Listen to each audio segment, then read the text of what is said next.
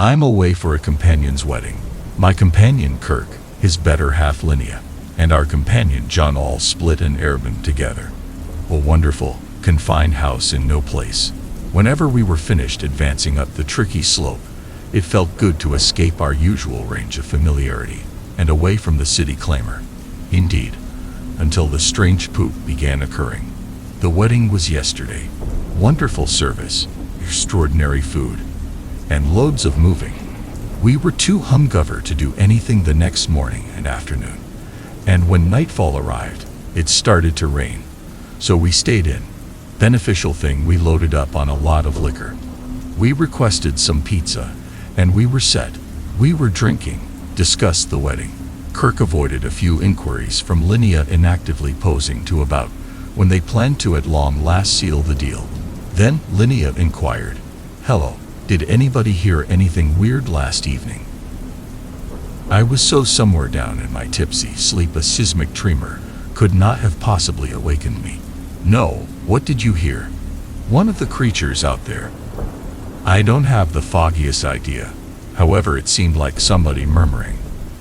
Anything it was seems like most of all does through it. Kirk asked, "Why don't we play a game?" After finishing the second bottle of wine, I saw some tabletop games in the storm cellar while we were sneaking about the spot prior. The usual suspects were found in the closet when we went there. Imposing business model, Scrabble, Yahtzee. Goodness, I assume I found what we're searching for. Linnea was holding a Naval Force blue box. "Is that Pictionary?" asked Kirk.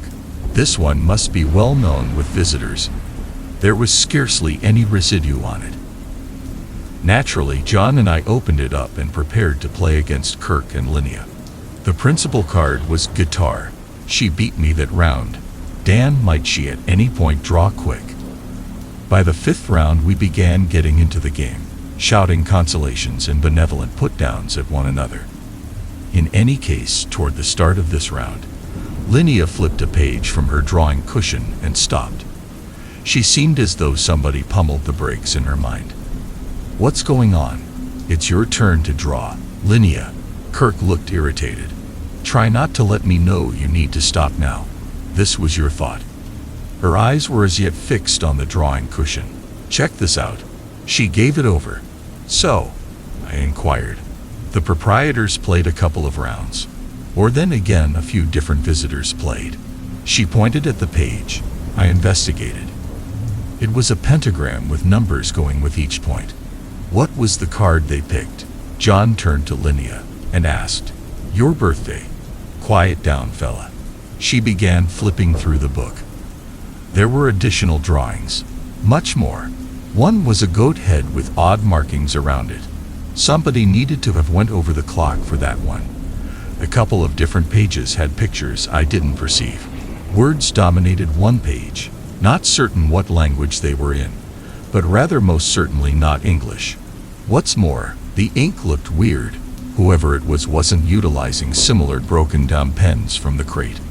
Was that heard by anyone? Kirk made a hand gesture of silence. "Hear what?" I inquired. He put a finger to his lips. Then I overheard it. Footsteps. They were weak, however, there. Somebody was attempting to not be heard. "There's somebody up there." Linnea spoke a little too loudly. "Do we call the police? Do you get administration around here?" Answered. "We really look at our telephones. Not a solitary one of us had a bar appearing. This was an issue all through the property. Perhaps it's one of their children," proposed John. "We never met the proprietors. We just traded a few texts telling us where the keys were, the means by which to utilize the espresso producer, and some food suggestions. I got the energy they were a more established wedded few. Them having children wasn't not feasible. However, one of them showed up unannounced and sure as crap. I get it's conceivable." John stood. "I'm going up." Linnea raced to her feet. "Fella, are you nuts?" "Only a tad." He gave a wink. He has always been attracted to her. Of course, John felt weak at the knees over everybody. He fired up the steps, which went to the right mostly, one hand holding the balustrade, the other grasping the neck of an unfilled lager bottle. For what reason would we say we are separating? I have seen a couple of thrillers in my day. That poop wasn't occurring to me. We followed him up. Nothing appeared to be awkward. Of course, how might we be aware? We were only visitors here. This 4.5-star, chill farmhouse escape. The window flashed with light, and the power went out before the thunder could catch up. This was going perfectly. We as a whole booted up the electric lamp application. Breakers in the carport most likely. I didn't see it in the cellar. No one really knows. Linnea was going through the kitchen drawers. Telephone close by. There's need to be a few candles around here somewhere. RGA. Then we saw it. A bright white light that filled the room. A tall, flimsy hooded figure was confronting the window, investigating the kitchen, checking us out. After the light withdrawn, so did our perspective on him, or her. Seeing outside was excessively dim. Did you folks see that? There was a slight whine in her voice. We sparkled our telephones through the window. Regardless, it was no more. I would have rather not remained one more second. We're leaving. Kirk and Linnea both gestured. John was the only one in conflict. For genuine folks. Huge. That's right. And what about everything we own? He's probably just waiting for us to leave if someone is stealing from us. Allow him. We're going, regardless of you. John gave us one last scowl and followed us as we made our way to the door. Turned the entryway handle. Were any of us even conscious enough to lock this thing? I poked my head out into the rain after slowly opening the door and looking around. It was dim. I was unable to see anything. The vehicle was parked in the driveway, which went past the fence and the front patio. We rushed towards it, madly pulling at the handles when we got to the vehicle. I neglected to open the entryway. Hurry. Linnea chided me as I scrounged through my coat searching for the keys. I'm attempting. I found the keys and we as a whole got in. I stuck it into the start and gave a curve. Nothing. Attempted over and over. The vehicle was dead. Last time we lease a Kia. Surmise will simply return in. John opened the traveler side entryway. I surmise we needed to follow him back. We strolled back through the wall and halted abruptly. The way to the house was open. I checked out at Kirk, the final remaining one out the entryway. Did you leave it open? I don't know, man. The breeze might have blown it open. All things considered. I'm going in. John escaped the vehicle. Absolutely no chance I'm strolling down that breathtaking ass street in this downpour. I'll take my risks with whatever we as a whole suspect we would have saw out there. We followed him back into the house. It was dull yet. How about we look at that breaker? John said, tapping Kirk on the shoulder. They went to the carport. Sat with Linnea, tuning in and searching for indications of a gatecrasher. That is the point at which we saw a weak light coming from outside. A vehicle's pulling up. Linnea glanced out the kitchen window. We were unable to see through the wall, yet we saw the light keep on developing briefly and afterward creeped away. Did they leave and return? Somebody's coming. She was murmuring boisterously now, squatted by the entryway. She motioned me to get on the opposite side. She was correct. Indeed, even through the downpour, I could hear strides strolling up the substantial deck. There was a boisterous thump. Linnea gave me a look. What did she believe that I should do?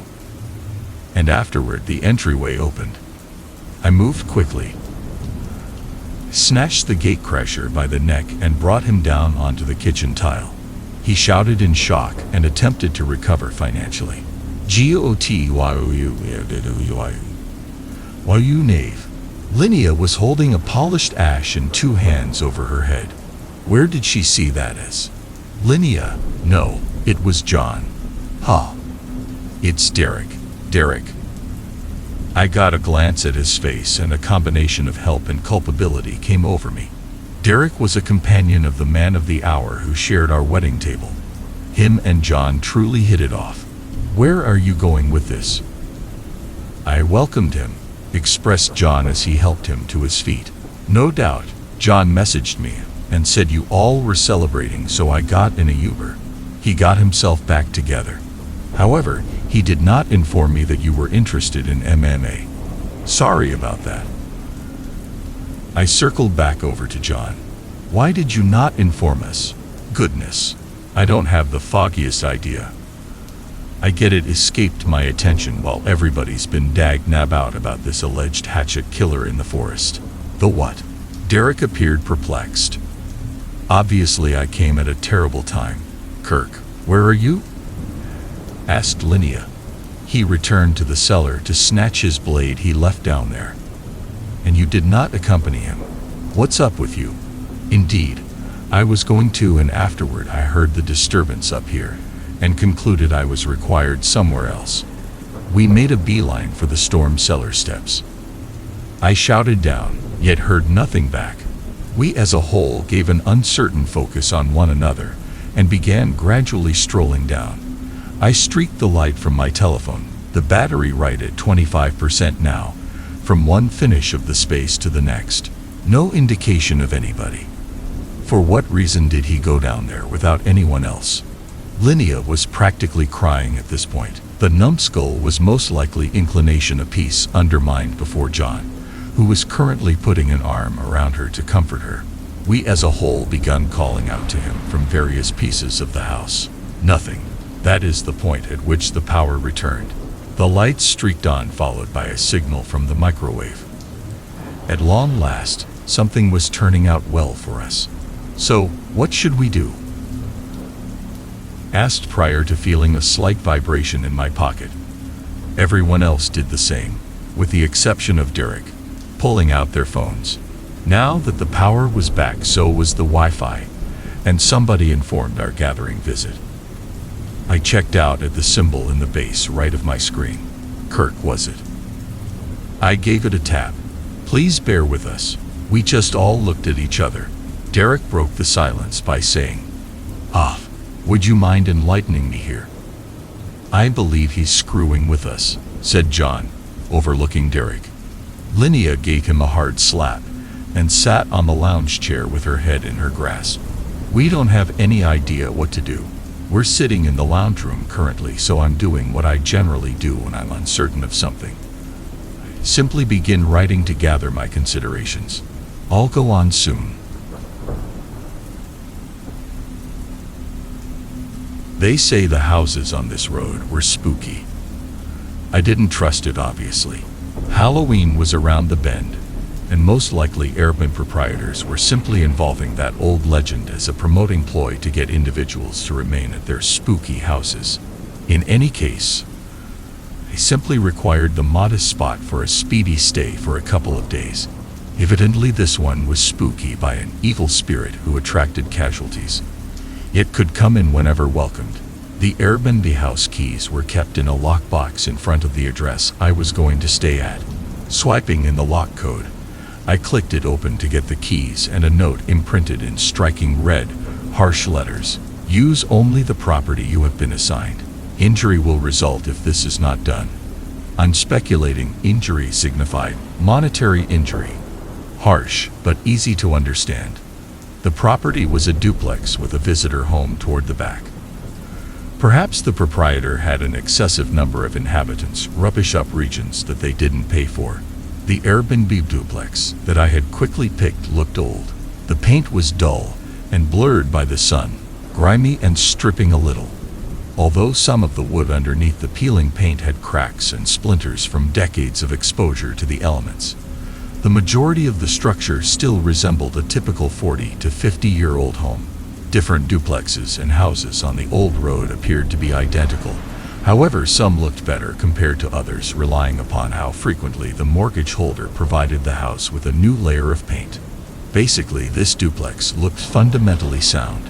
Regardless of being a solitary structure, obviously the two distinct proprietors of each side of the duplex really focused on their own half with various degrees of care. One side was a lot dirtier and worn. Indeed, even from a good ways. I could see that the window screens behind the glass were torn and destroyed, most likely from long stretches of purpose and never supplanted. The blinds on those windows were broken and missing a couple of sheets each, making that portion of the duplex seem to be an unwanted sanctum. One of the windows had spiderweb design breaks on top of it, similar to somebody had tossed a baseball at it, however didn't exactly toss it sufficiently hard to straight up victory the window. It was carefully stuck back together.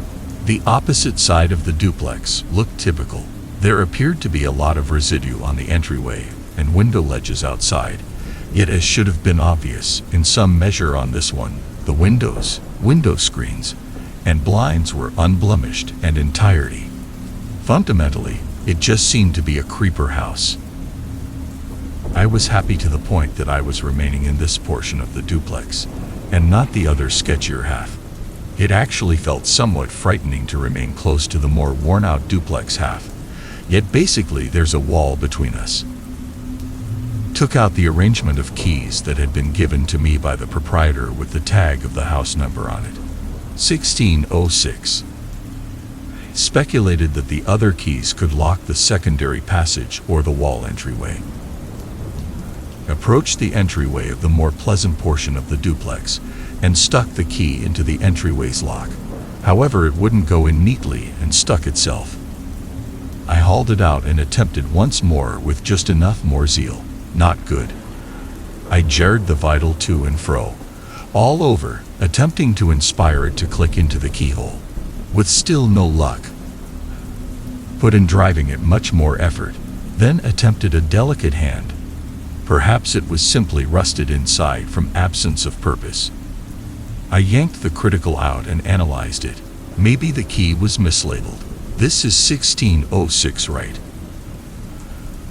Made a stride back and looked once more. The large lettering on the entryway announced that this portion of the house was 1605. To examine the other half of the house, I further backed up to the front of the entire duplex, adequately sure it was the worn-out portion of that was 1606. This must be an error. My heart was pounding quickly. Tried the labeled key in the door lock on the opposite side just to make sure. It slid in like margarine. Turned the key, and with a spotless snap, the bolt snapped open to open the entryway. No way.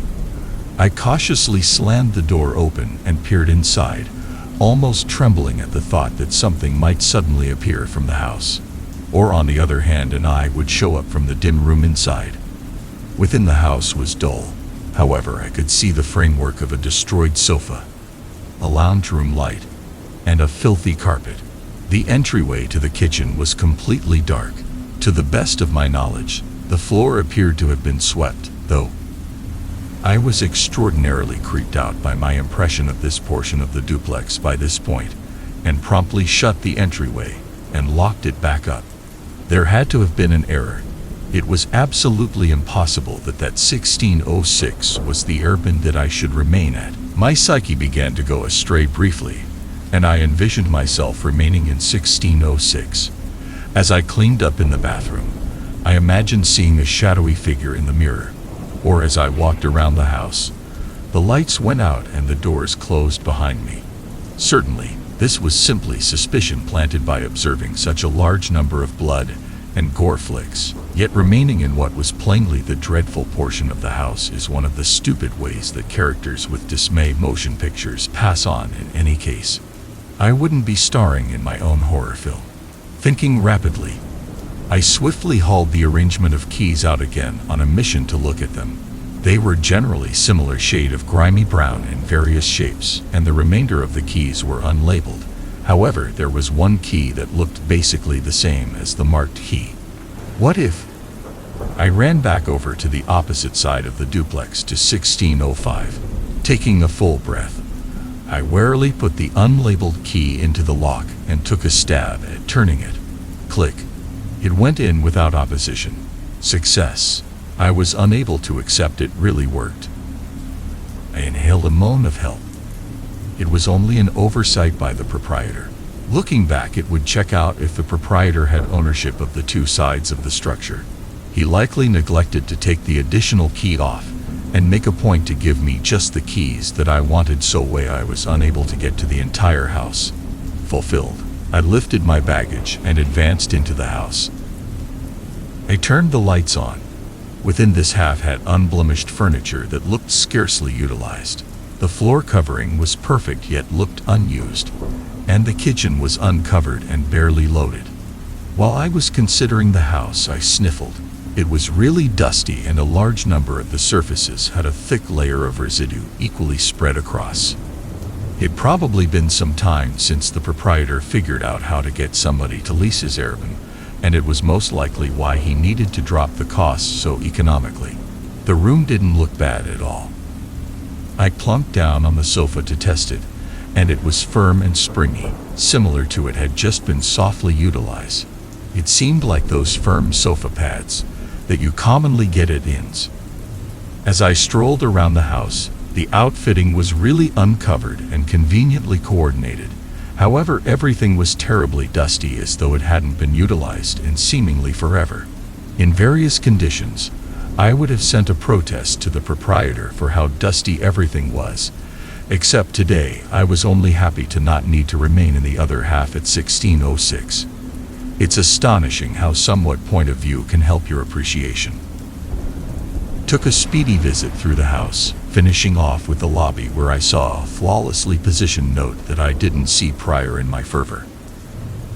Furling the yellowed notebook paper, scratchy composing welcomed me. Why you shouldn't be eerie. What? Was I the intended recipient of this? Flipping the paper over, obviously this was everything that was composed on it. Without setting, it had neither rhyme nor reason. Maybe a past guest left this here, or perhaps it was meant as a stern warning to intruders by the owner. Overlooking it, I collapsed the paper away and tossed it into the garbage can in the kitchen. I yawned. That was the extent of today's excitement. I hit the hay. It was a dusty bed, true to form, with a work area in the corner, yet no seat for the work area. Opening my bag up, I lethargically cleaned up in the washroom prior to taking out my garments for the following day. I envisioned that I heard strides close to my bed, strolling to and fro, to and fro. It didn't appear to stop. Then, at that point, I heard a crash. I awakened from my profound lay down with a beginning. Blurred looked at. I sat up. The brightening from the streetlights outside set a sparkle in the room. Indeed, even through the psychological haze, I saw nothing or anybody. I returned to rest. Not 15 minutes after the fact, I heard the strides return once more. They paced, then unexpectedly halted at the foot of my bed close to the storage room. I kept my eyes closed because I wasn't sure if this was a dream or a real thing when my mind jolted awake, and I listened intently and strained my ears to pick out any sounds I could. There was a delay of quiet then. At that point, the storeroom entryway sliding open gradually. The hairs on my neck stood up, and I expected that there may be an individual or something remaining at the foot of my bed. I didn't enjoy completely unloading, so I put nothing in that storage room prior, and I realized there wasn't a thing in it. Remaining as still as could really be expected, I mulled over what to do. Would it be advisable for me to overlook the sound? Would it be a good idea for me to peep one of my eyes scarcely open and check? Kept my eyelids as tightly closed as I could. In the faint lighting, I saw the hazy diagrams of the room, the casing of the entryway, the short end table with an old-style light sitting on it, the aired-out wardrobe, the foot of my bed frame, gracious poop, the aired-out storeroom. I must check it now. I must. Dislike I can rest without twofold actually looking at it. Be that as it may, with no weapon close by in case of a gatecrasher. I gradually slid my hand over to the end table, where there was a ballpoint pen with a scratch pad. They say that the pen is stronger than the sword, but if I had one, I definitely would. Preparing myself, I sprung up, pushing the storage room entryway open, prepared to proactively cut the gatecrasher. Be that as it may, I was basically welcomed with nothing in the storeroom. My firm handling of the closet resulted in nothing but empty clothes hangers gently swinging. In reality, I was off base. There wasn't an individual in the wardrobe. Be that as it may, there was something different. In profound dark paint, blazoned in enormous clearing letters on the back mass of the wardrobe, the words I cautioned you. My face went cold and halted me in my feet for a couple of extremely lengthy seconds of quietness with breath subsided. What on God's green earth? Ultimately, my cerebrum advised me that I should begin breathing once more, so I flipped on the lights right away. However, ever the judicious individual, I recalled that indeed, Halloween was only 7 days away, and this should be a Halloween joke to play on the spooky legends of this road. I moaned and completely looked at the remainder of the space for any indications of a gatecrasher, and got back with void hands. I took a sip of water to calm myself and get rid of the nervousness in my bones.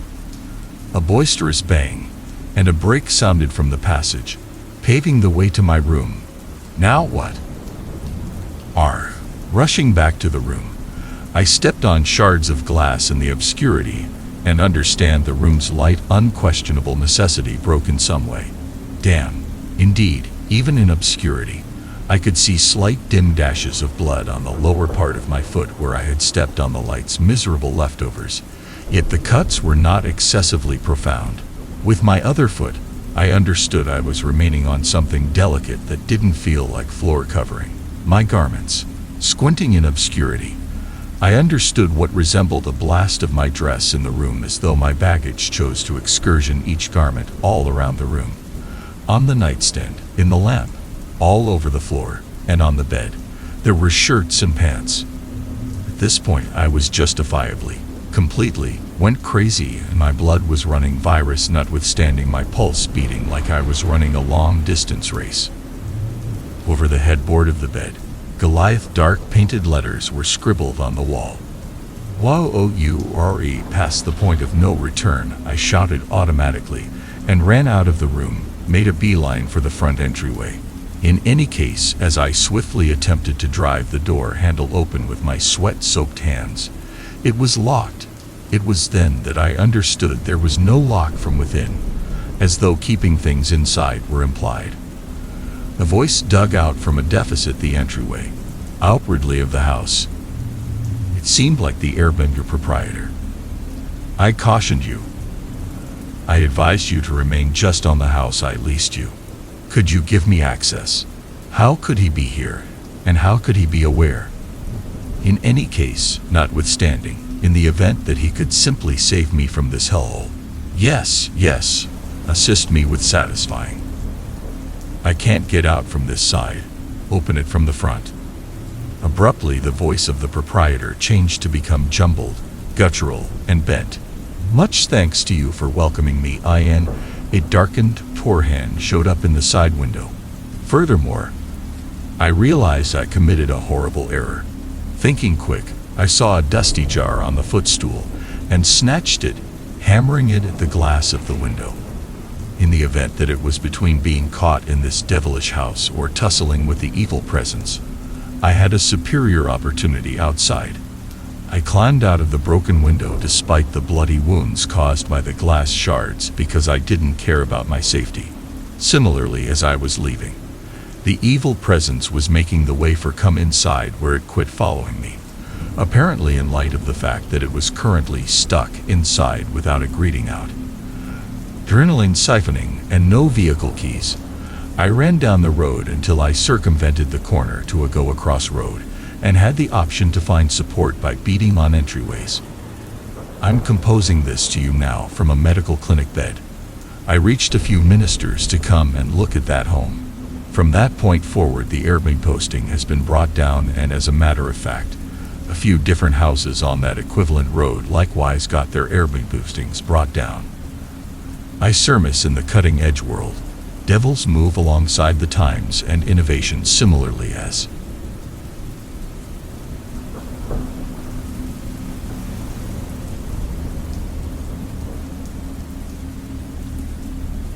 Whenever work associates or companions of mine raise the particulars of setting up camp, I let them know that I have never been. I'm naturally urged to go with them on their adventures, but I find a reason not to. They entreat me, saying that I will live it up in the wild, and it's an extraordinary manner to turn off and reconnect with nature. The entire discussion reaches a critical stage when I say that I truly don't have any desire to go setting up camp, since there's nothing that the wild holds for me. That obviously is clearly false. At the point when I was growing up, it was in the little district called Boswell, which is in Pennsylvania. This was some time ago, when you knew your neighbors, spent time with kids on the block, and had a feeling of experience. I experienced childhood in the Whelp Scouts and later on moved to the Boy Troopers, and one of the prerequisites was to go setting up camp for the time being in the forest. Orinda Park was a charming little park that we Boy Scouts frequented just outside our town. We would go on climbs to get us adjusted to the genuine article, which was not a long way from our humble community. Tree is a state park that loosens up for a significant distance toward each path, and assuming that you have never been it is something else. Whether it is during the springtime where life is starting to blossom, or the blast of variety that proclaims each fall season, it never neglects to dishearten. We spent incalculable hours profound inside that park, first as scouts and afterward on as teens. There were 4 of us, and one of us thought of the phenomenal 4 from the comics as we mirrored our most loved superheroes. Johnny was the human light, as he was dependably an instigator prepared to get into a battle for the stupidest reasons. Brian was Mr. Fabulous, as he was the minds of the outfit and consistently concocted smart thoughts, for the most part to cause us problems. Danny was the thing, as he was our stone, consistently somebody that we could rely on through various challenges. That left me as Sue Tempest, and we shared something, practically speaking, as we were both imperceptible. I can recollect whenever we first met one another, and that was in Offspring Scouts. We clicked promptly, as we as a whole cherished exactly the same things, like comic books and kids shows. Also, when we figured out we as a whole lived somewhat near each other, we would spend consistently together. We'd ride our bikes around the neighborhood, stop at the general store to see what comics were new, and just have all kinds of fun. We went on into the Scouts as far as possible up into Boy Troopers, and we as a whole 4 made it that far. I vividly recall our first camping trip, which took place just as summer was about to begin. It was an out thing of the films, as we lounged around an open air fire, broiling marshmallows and recounting unnerving stories to engage each other. We as a whole chosen to stop Cub Scouts prior to beginning our most memorable year at North Star Secondary School. The thinking behind this was Brian believed on the off chance that we weren't important for the Scouts, we wouldn't get singled out as much by the upperclassmen. That was smart in principle nonetheless. Practically speaking, it just labored for up to 14 days. Best case scenario. After that, maybe somebody proclaimed open season on all of us and pursued us like trackers after deer. We attempted to stand together in any case. They would simply join forces against us and beat us all into dust. One day during lunch, Johnny heard a random remark from one of the seniors, and he recently snapped. He got his metal plate, tossing off his half-had lunch, hitting him hard in the stomach. He grabbed the tray and slammed the senior squarely in the face as he rolled over in agony. The resonating bang reverberated through the cafeteria as the senior failed on his back. Although Johnny was suspended for a week, it was well worth it. The seniors made sure the rest of their class was aware that we were now off limits. The reports about Johnny spread all over, and a ton of children concluded it was better not to play with him. Goodness, and the senior he hit. He needed to go to the medical clinic since he broke his nose in 3 spots with that plate. Therefore, during our first year of high school, we established a routine for venting. During the first 3-day weekend of the school year, we would go camping. This usually happened around Labor Day weekend, when the heat of the summer was beginning to give way to the coolness of the fall. Occasionally, we would make reservations for a particular campsite in the campgrounds, while other times we simply discovered a remote location far from any trails. Those times were a portion of my fondest cherished recollections, and I wouldn't exchange them for anything. We kept up the practice until our last year as seniors at North Star, and our most memorable trip was ambivalent. Have you at any point been an extended getaway you actually have a couple of days to appreciate it? In any case, you're now contemplating returning to work. It was that way. Given that it was the beginning of the school year, we all sat around the campfire and considered the possibility of less frequent contact. Brian had applied to MIT with the intention of earning an engineering degree. Johnny needed to go into the Marines, and a scout got his guides into him as he was going to fundamental after graduation.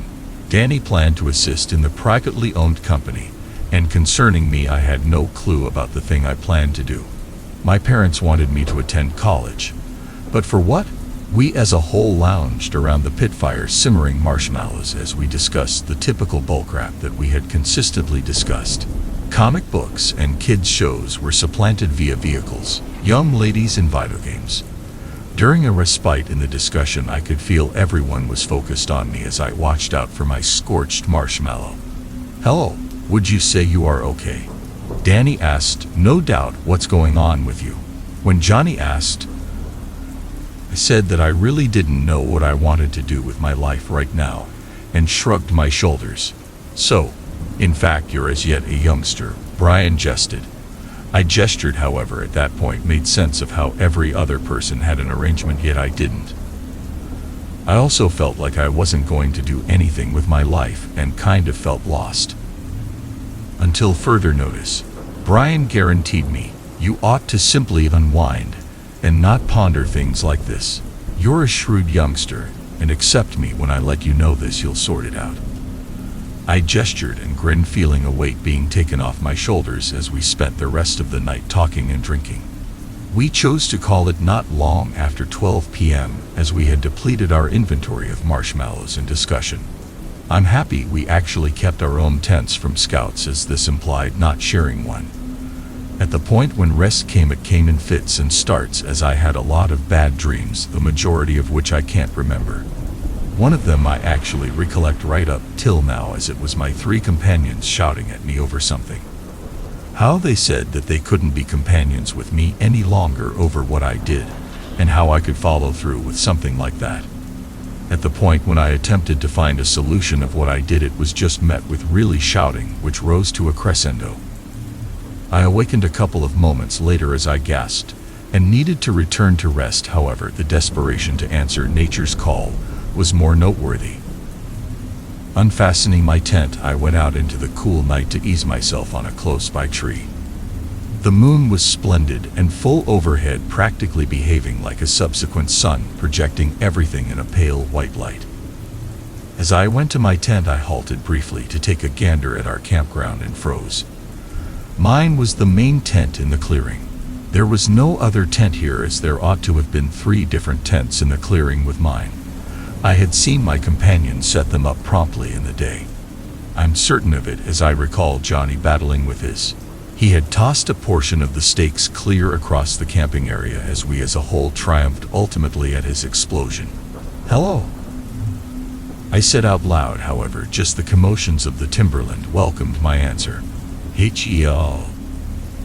I shouted stronger as I considered what had occurred. Why had my companions deserted me? Where had they gone in the evening? Was this an intricate trick of some kind or another? I was waiting for Brian and the others to emerge from the bushes and laugh at me. However, that second never came as I shouted out once again, "H-E-L." My voice, stressed as a combination of dread and frenzy, rose in my throat as I had no clue about what to do straight away. I fell to the ground in defeat because I had never felt so alone before. Maybe there was nobody left, as something concealed had grabbed my companions and their tents from the clearing. That looked bad, as I would have heard their shouts and supplications for help. Letting out a profound cry of misery, I let the whole timberland in on the profundities of my aggravation. Never anticipated that the backwoods should respond to me. Somewhere out there my ears scarcely got a sound that at first I was unable to recognize.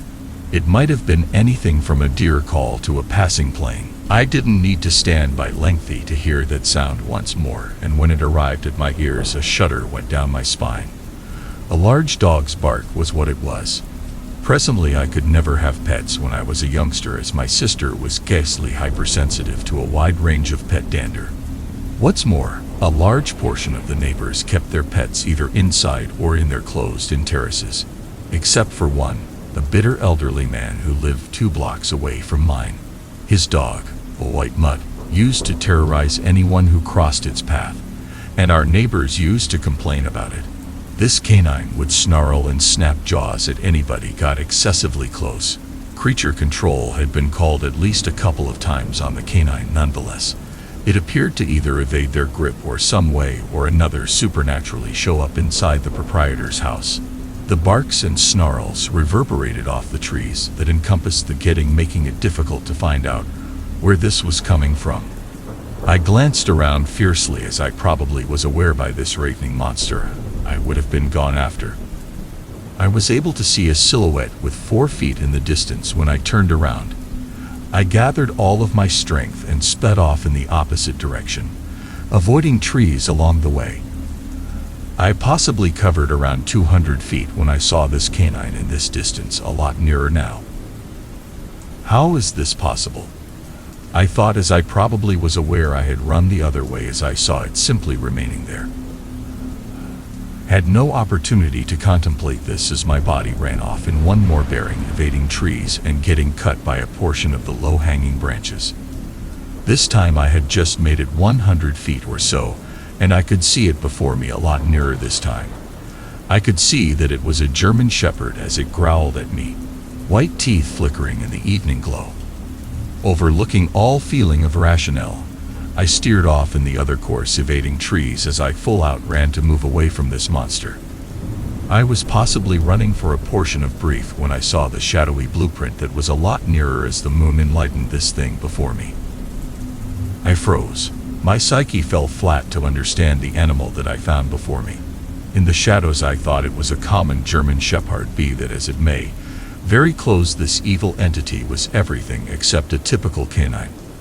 A big part of its face was worn out deep down, as I could see a vacant eye attachment alongside an uncovered jaw brimming with sharp teeth. The other eye seemed to stare into my face and was a blood-red color. Its pelt was a mixed bag of uncovered bone, ligament and even fur tangled with mud, soil and obviously blood.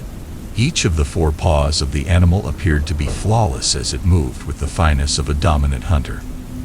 It snarled low in its throat at me as it woofed once, noisily, as though it was a test, as though to say, "What are you doing here on my property?"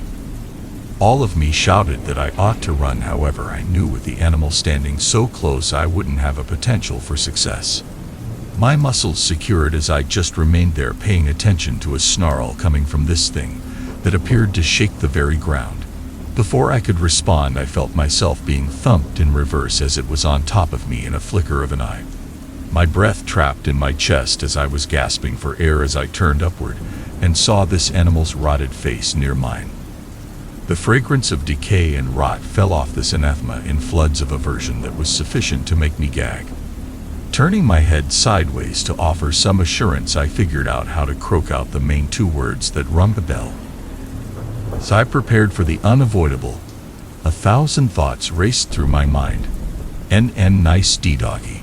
In any case, as I at last marshaled up the mental fortitude to look into, I saw this canine sitting on my chest. It took a gander at me with its head positioned aside, as though to recognize what I had quite recently said. I didn't actually flicker this time, as the canine was off my mind and sitting a couple of feet from me. Gradually, I sat up, viewing at it as it stayed there, checking out at me with a similar hopeful look. Ascending to my feet shakily, I never looked away from the animal. As I stood up, it didn't move. I could see that a few small branches had fallen from the nearby trees when I looked around me. Piece of me would have rather not moved in any case. The canine detected I was anxious and begun to gasp. That gave me the fortitude to twist down and get a decent estimated stick as I held it out protectively before me. "Hey, cheer, kid. Need this?" It let out a low woof as it spread into a common let's play position, hanging tight for me to toss the stick. As the dog turned around and began to pursue me, I retreated and hurled the stick as hard as I could as it flew through the air. This thing made 3 or 4 strides and afterward squinted far away, just to return a couple of moments later before me with the stick in its gag. I was totally puzzled as the canine dropped it at my feet with a smile that appeared to say, "Did I accomplish something beneficial?" This went on like this for an hour or so as we played get back and forth with branches, and he pursued me and I him. Now that I was no longer afraid of this beast, I knew what it would be like to own one, which I had always wondered about. As the primary beams of sun began to channel through the timberland shade, the canine halted in the clearing. As its tail began to wag, its ears perked up as if it had heard a distant call. It moved forward and afterward glanced back at me and woofed once as though to express profound gratitude. The canine ran forward, and this time was running as opposed to squinting out of presence. As it hit the daylight, it began to change once more into an ordinary canine. The fur garment looked brushed and perfect as all hints of rot and decay were cleaned off. The dog was being waved at by a small, shadowy figure when I looked to see where it was running. I saw the dog meet the small figure as they left, disappearing into the early morning light. I cleaned my eyes and attempted to get my orientation as I headed due west. Realized I would either stir things up around town part or a fundamental street where I could wave to somebody and get some assistance. As I dashed out of the woods and into the parking lot, I heard my friends calling my name not even 10 minutes later. They generally saw me stunned and afterward began addressing me at the same time. "Where in the world did you go?" Johnny thundered. "We planned to go get the police." Or if nothing else, the officer Brian contributed, "What in the world has gotten into you, man?" As I shook my head and appeared to be about to cry, Danny came up to me and inquired about how I was doing. "Why, for what reason did you all leave me?" was the main point I could make. They took a gander at one another, puzzled. "Man, we stayed put. We got up toward the beginning of today and seen as your tent unfilled. We assumed you went out for a whiz and returned lost." Johnny sneered as he threw a sack into the rear of the vehicle. "Definitely, I even stuffed your moronic tent and camping cot." This looked bad as I probably was aware I had awakened in an abandoned clearing. Notwithstanding, on the off chance that I let them know what happened, they might have a hard time believing me. Or even worse, they'd probably have me executed. So I made up a story that I woke up in a strange clearing and must have walked while I was sleeping. I had no point ever went setting up camp in the future. We just had the amazing chance to go 2 times seriously during the school year. Nonetheless, it appeared to be that destiny would intercede. Whenever we first couldn't go as Brian had become ill and our last excursion was dropped in light of the fact that Johnny was grounded.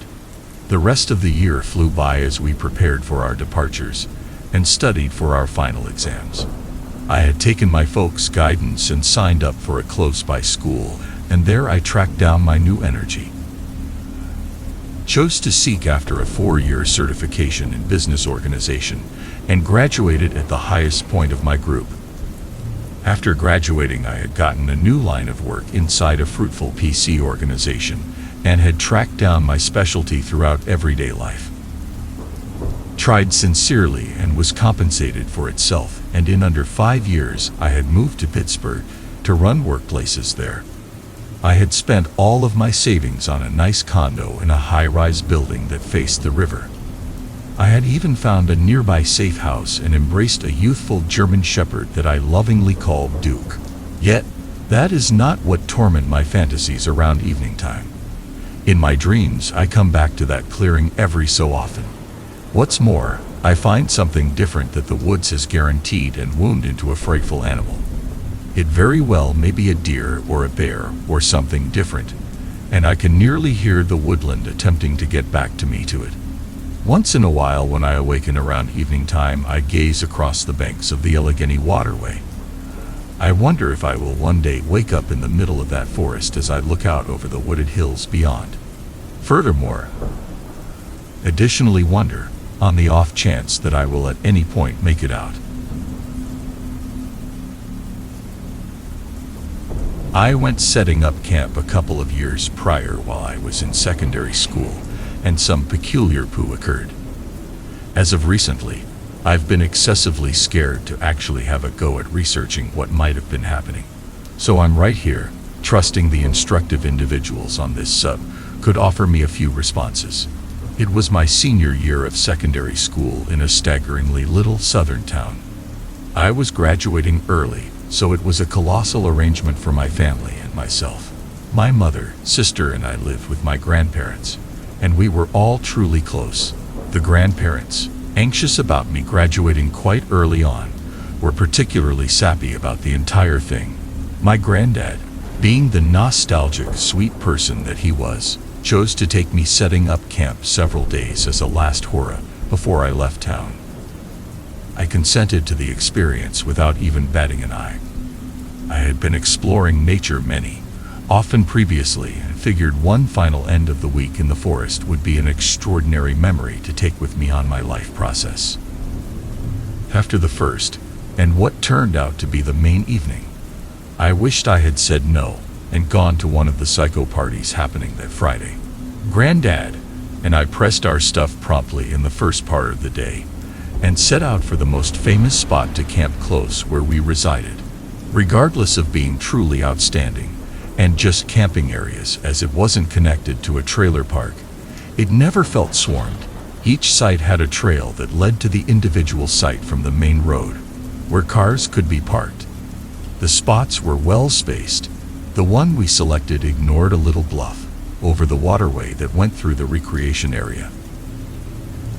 The point when I say little, I mean somewhere in the range of 8 to 12 feet. The bank that led into thick woods was about 30 feet across the river. From the start, I thought it was a wonderful view. The location itself was average. There was a tent pad about 15 feet from the cliff, a fire pit across from it, and a picnic table with a lantern hanging pole and hook over the river. Gramps and I set up our tent, fixed the sleeping bags, and ate a light lunch in an effort to save the evening for fishing and perhaps a swim. The evening seeped into night, and my thought process was a faster than normal speed. Our swim in a more well-known section of the river was cut short by a group of rowdy teenagers, and we did not catch any fish that were large enough to be worth keeping. So at around 6 o'clock, we returned to our home for the end of the week and sat back with an intriguing round of seeing who could toss stones the farthest across the waterway. I outmaneuvered my serious granddad, and he credited it to having a terrible back. At 7:30, we lit up the fire and broiled wieners, following them up with some s'mores. A run-of-the-mill late evening setting up camp for the occasion. Granddad killed the fire around 9 o'clock, feeling we ought to tap out and go out on certain paths in the first part of the day while it was as yet cool. It was a starry evening, and the stars were totally gorgeous, so we didn't put a canvas over the tent, assuming if it wound up coming down, it would basically make a noteworthy story.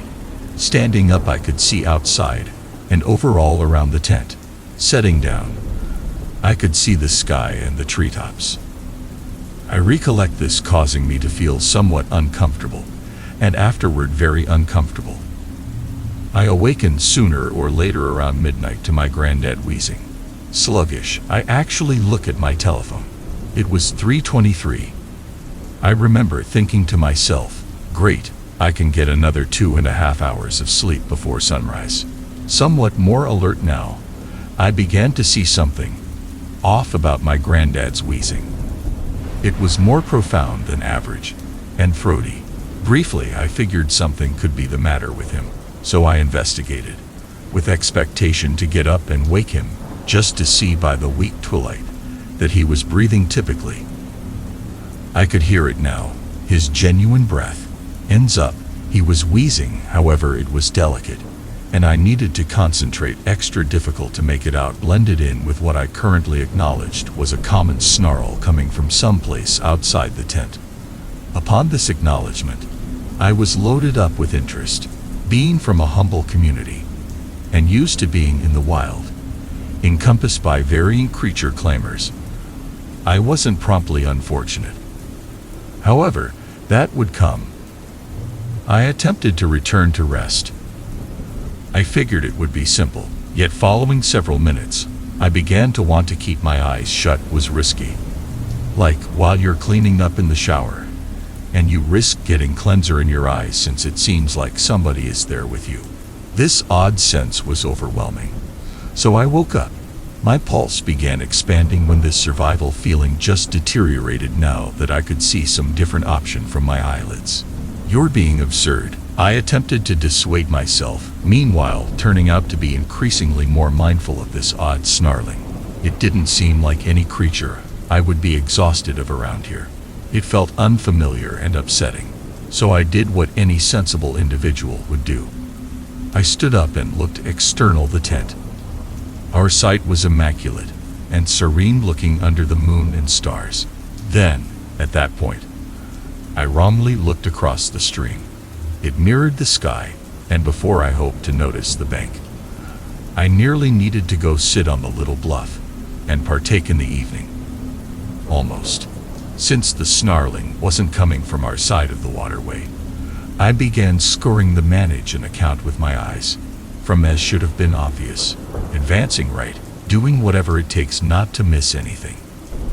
When I looked directly across from me, the fateful moment occurred. I saw a tall animal. It was dull, not as though the outside was dull. However, this thing was dim. It seemed like it somewhat mixed in with the forest behind it, yet I could simply make it out. I made an effort not to howl, but rather that being filled me with a dread that I figure would be difficult to feel once more, and I could scarcely remove my eyes from it. Be that as it may, I did. And for that, I resent myself. I sunk back onto my hiking bed, wanted that I was dreaming and shut my eyes truly close. Then, I heard a sprinkle, and not 2 seconds after the fact might I at some point hear the snarling get stronger, accompanied by a scratching commotion from the side of the bluff. It had additionally begun to possess an aroma like spoiling tissue, shockingly sweet and musty, a stark contrast to the fresh air and trees surrounding it. In any case, that thing had gotten across the waterway unthinkably quick. With one more final kick, the scraping came to an end. Hooch! I didn't know, yet that thing was currently our ally of the waterway, standing 15 feet from the tent. After hearing loud footsteps, which made me want to vomit, I did something worse. My hiking bed got warm and my shorts were presently adhering to my wet legs. I started to cry as this animal moved increasingly close to where my granddad and I were in a tent, perilous. Things began raising a ruckus around town. Pebbles. It was provoking me. The smell was deteriorating, and that awful snarl was making my spirit shiver. I needed to awaken my granddad, however I was frozen, laying on top of my hiking bed, looking directly up, holding back to see this terrible face. Then I saw it, and it wasn't taking a gander at me yet. I saw gigantic shoulders, yet I was unable to know if it was canvassed in fur or skin or scales. It was very much like it was the point at which I saw it across the stream, mixing away from plain sight. It was circling the tent and dragging a hand, paw, or whatever it was using to do so over the mesh. I began choking from the smell, and afterward it saw me. It had tremendous yet boring eyes in any event, for its unbelievable size. I'm thinking around 7 feet tall. I hear another splash. This thing grunts, and my grandfather wakes up when I scream. Granddad takes a gander at me, and I simply let him know I had a bad dream, realizing he might have a hard time believing the experience I recently had. I let him know I need to return home at this moment, so we leave. Since then, I haven't gone camping.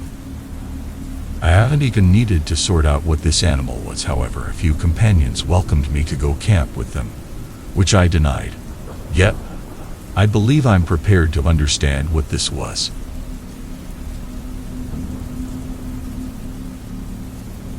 I no longer go camping. Allow me to introduce this by saying that I understand that setting up camp alone in the center of no place isn't the savviest movement an individual can participate in. I've lost count of the times that good-natured gossips have addressed me about it. Be that as it may, I, to be perfectly honest, simply couldn't care less. All of my life I've done things that I would especially prefer not to do. I went to class, I found a new line of work. I cover my bills. Setting up camp, the tranquility and the isolation of the timberland around evening time, gives me endlessly bliss appears to be hard to find most days. Never felt apprehensive in the forest, regardless of how remote. Only when I was doing what I was always meant to do did I ever feel calm and peaceful.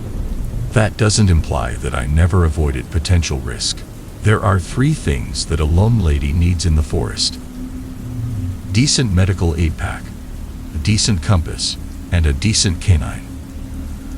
I generally went out with each of the 3, and I generally felt that those things could keep me from anything that could be out there in the woodland. I was obviously wrong, be that as it may, on the grounds that I just at any point thought to be the living dangers. The final setting up camp excursion I'll at any point take began regularly. I had arranged a 3-night circle through a stretch of woods I'd never been to, because of the new and far-off territory, and the way that I wouldn't be following a laid-out trail. I was just anticipating climbing around 8 miles daily prior to camping out each night. That way I couldn't at any point be excessively depleted to use sound judgment, and could by and large partake in my new environmental factors all the more completely. Stacked up my load with every one of the provisions I'd require, let my folks know where I'd be and when I'd return, and went out to a piece of the express that was totally unfamiliar to me. I showed up at the backwoods promptly in the day, and stopped close by an abandoned stretch of rock street. I could see no sign that the street had been driven down in a long while, and the possibility of having this entire segment of woods to myself filled me with a snapshot of joy. When I opened the passenger side of my car to let Susie out, that moment got even more intense. Susie was the sort of canine that incited interminable hypotheses about her hereditary line. At the end of the day, she was a few various types of mutt all moved into one. However, not especially threatening to check out. Susie was faithful and defensive. I wouldn't go on a climb without her close by, and she was never more joyful than when she was strolling alongside me. Susie gave me certainty that I could deal with anything the wild tossed my direction. Susie and I set out into the woods with my heavily loaded pack on my back. The course I had picked was rough and shifted, and frequently I needed to stop to really take a look at my guide and compass. The first day, I decided to walk along the ridgeline, and what I found was a maze of broken rocks and fallen trees. There was no indication of mankind there, no unfilled containers or explorers to pull me back into development. It was paradise, despite the challenging terrain. I set up camp in a clearing near one of the higher ridges that evening. Turned in a digit sooner than I had initially needed, crashed into my tent by the nibble of the late summer air. Susie cuddled in close to me as I zipped myself into my camping cot. All of a sudden, I had been hushed into rest by the chorale of peeping night bugs around me. I got up in the early morning hours to quiet. Look at my watch showed that it was 1:45, too soon to be something besides out cold.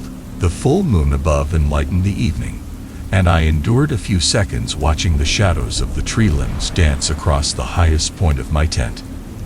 It was absolutely cool by then, and I zipped my camping bed all the more firmly. Took a gander at Susie, actually laying close to my body. Her eyes were open and centered around something past the tent. The breeze probably woken her as well.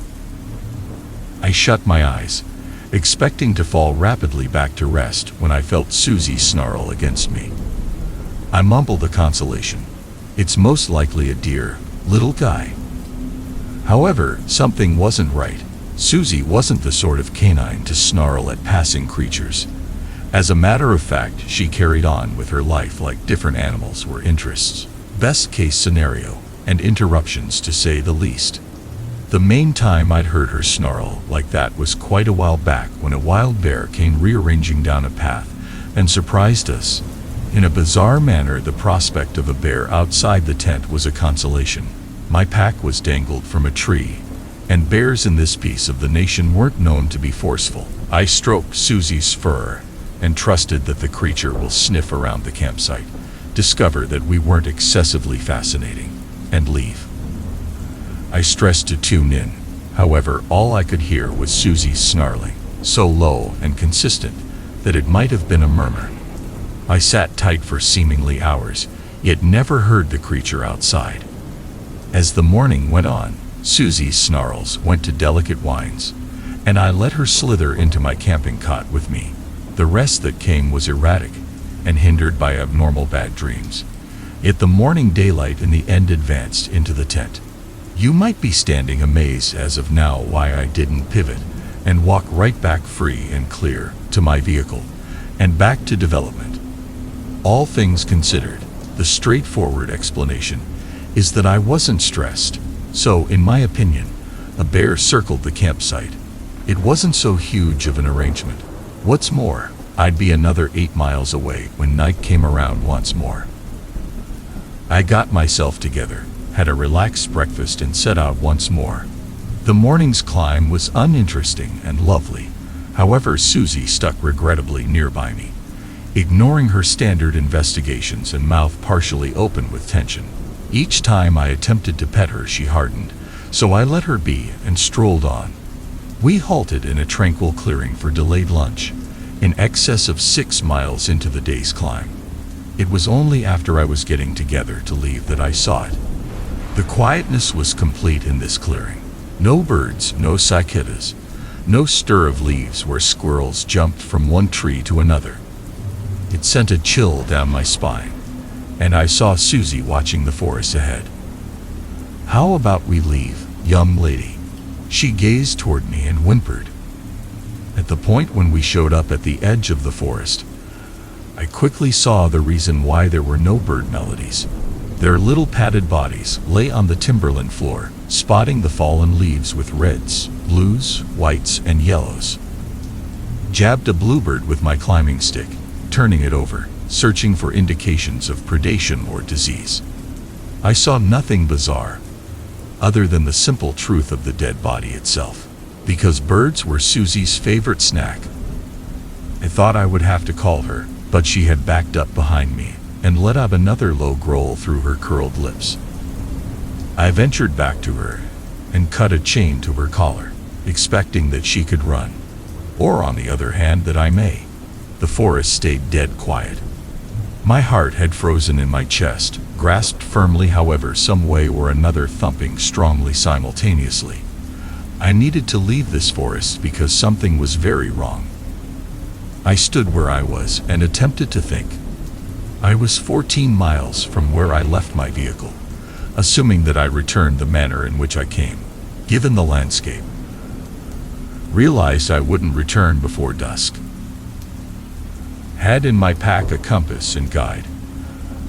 I could attempt to plan another highway, one that could take me back quicker. However, there was no assurance that I could find my direction before dull. All things considered, I was at the midpoint of the course, and I needed to go with the choice: continue onward or turn around. Recollected the camping area the prior night. Something was out there. Perhaps it was only a bear, yet perhaps it was something different. The prospect of returning to that spot to rest made me shiver. I realized that I expected to continue onward. I would run as much as I could during the remaining daylight hours, get some sleep, and finish ahead of schedule tomorrow. Just needed to endure one more evening, and I'd be once again at my vehicle. Steadied myself and continued onward, Susie tense adjacent to me, passion raised. We left behind nothing but miles. There were no stops, no breaks to take a gander at blossoms or have a bite. Simply the steady solid of my boots striking the ground to break the unnatural calm. Birds littered the ground, and when I came to the following clearing, I needed to step cautiously through a mass of bodies where a herd of starlings was brought down. As I strolled, I watched out for the trees around me, yet saw no development, just that horrendous tranquility. Gradually the light started to blur, its beams become orange and diffused through the leaves. I realized that I needed to stop, that I was unable to continue onward as the night progressed.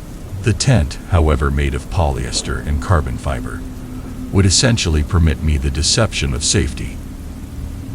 Track down a clearing, generally without dead birds, and set up for business. Susie whimpered, "It's all right, girl. We'll be gone tomorrow, I guarantee." I was in my tent before the sun completed its plummet behind the trees, hand wrapped firmly around one of my climbing shafts, and Susie close to me. Just hoped that whatever was out here would ignore me. Floated all through cognizance, the type of the day conquering me in waves before the bad dreams pulled me back into the world.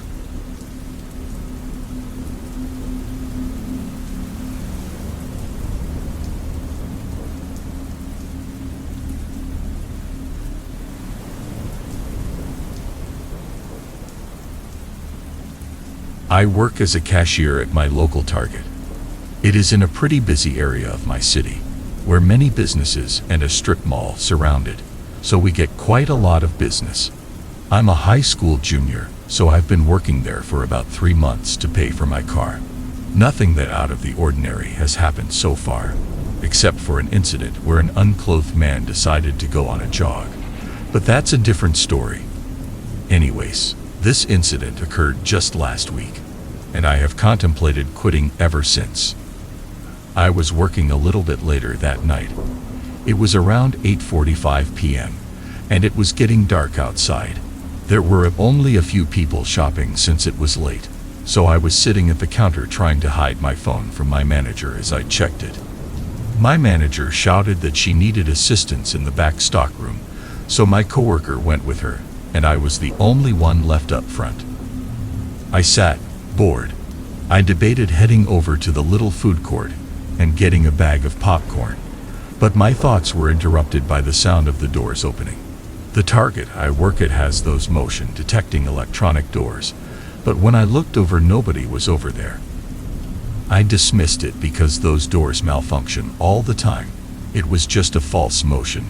I waited some more and checked out a woman's cart, which had an entire house's decorations in it. A few minutes left, the door opened again, and there was nobody there yet again. Weird, but obviously not unheard of. I would tell my manager to get the maintenance on the doors, but then I saw someone over in the clothing area. They weren't browsing. They were just standing there, motionless. They just stared out into the aisles. I was creeped out a little bit, but thought it was just another drunk person hanging around. I ignored it, and eventually, they walked out of the store, still expressionless and barely moving. I decided to go shelve items since there were no customers. I went to the back where the toys were and started shelving some dolls and costumes. Then, I saw someone else. It was a different person this time, but they too were just standing there, staring. Looks like the stoner has a buddy. I whispered to myself, didn't these kind of people belong in Walmart? I kept shelving, and eventually that person left. I finished shelving and went back up front and had partial view of the food court area. And I saw the guy running the kitchen just sitting at the counter, staring at nothing. What the heck? I thought. I knew Steve, and he wasn't a stoner. He was actually the type that would rat you out if you did weed behind the building. I walked over to the counter. Steve. No answer. Steve, are you okay? No answer. Can I get a small popcorn and a slushie? He made zombie movements to the popcorn and made me a bag, and poured some slushie from the machine. Without any expression, he handed them to me, and then in a monotone voice that you would hear on a text-to-speech program said, $4.50. I gave him the money, my hand trembling in fear. He took it, and continued his staring at nothing.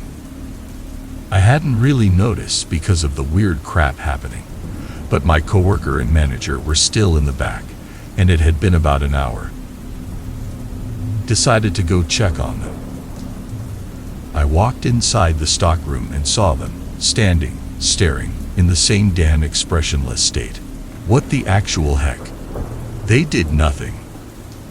I tried talking to them, but nothing happened. My phone buzzed. It was my alarm. My shift was over. "Hey, Amy, I'm clocking out." I told my manager, trying to get a reaction. She just nodded her head in a robotic way. I hauled ass out of that place. I walked out into the parking lot and everyone seemed normal. They were moving and talking like humans. As I glanced back, Steve was still motionless, and my manager and coworker were now up front, but in the same zombie state. This was the first time I stayed at work past 7:30, and it makes me wonder if this happened every night at 9 o'clock. I am scheduled to work late again next Friday, and I really don't want to chance that weird-ass situation again.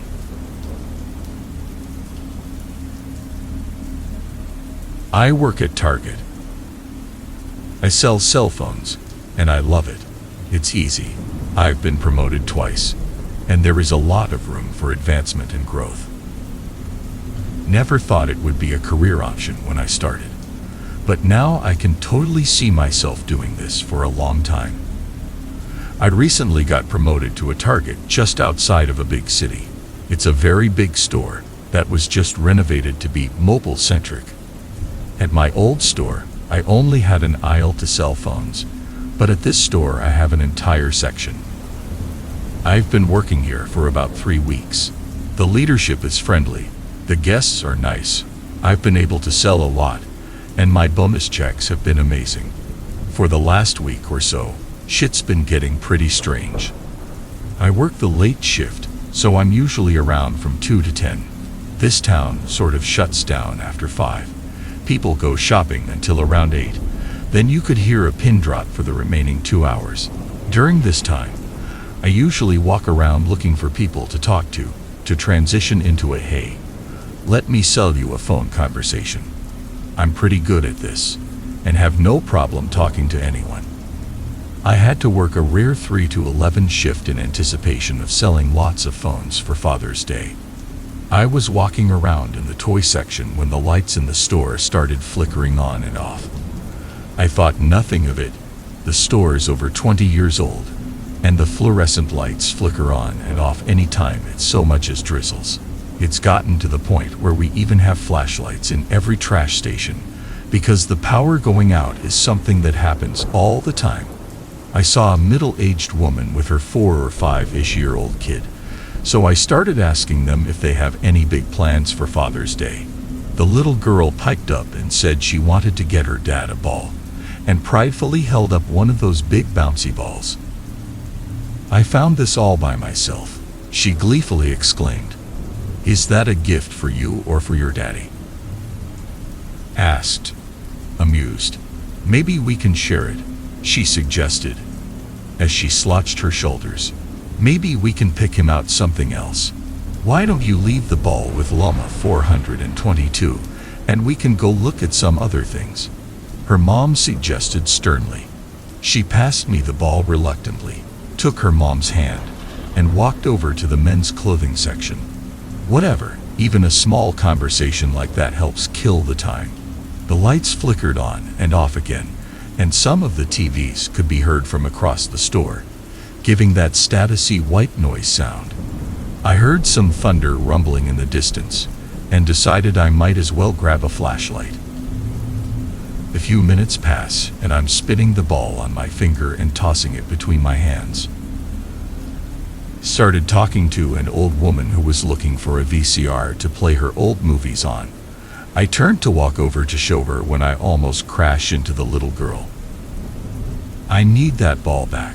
She seemed stressed, like she absolutely needed to get that ball. I bounced it over to her, and as I did, the lights flickered again, stayed down for a few seconds, then came back on. She was putting the ball back in the giant ball cage thing.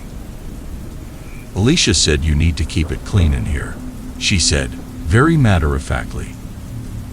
Alicia, is that your mom's name? Asked, genuinely confused. No, Alicia's the invisible girl that lives here. She likes to keep it clean and gets really angry when it's not. Sarah, what are you doing? Her mom came running, grabbed her hand, and told her she can't keep running off like that. Sorry, Mommy, she said as she walked back to the men's clothing. The lights flickered on and off, then went down completely.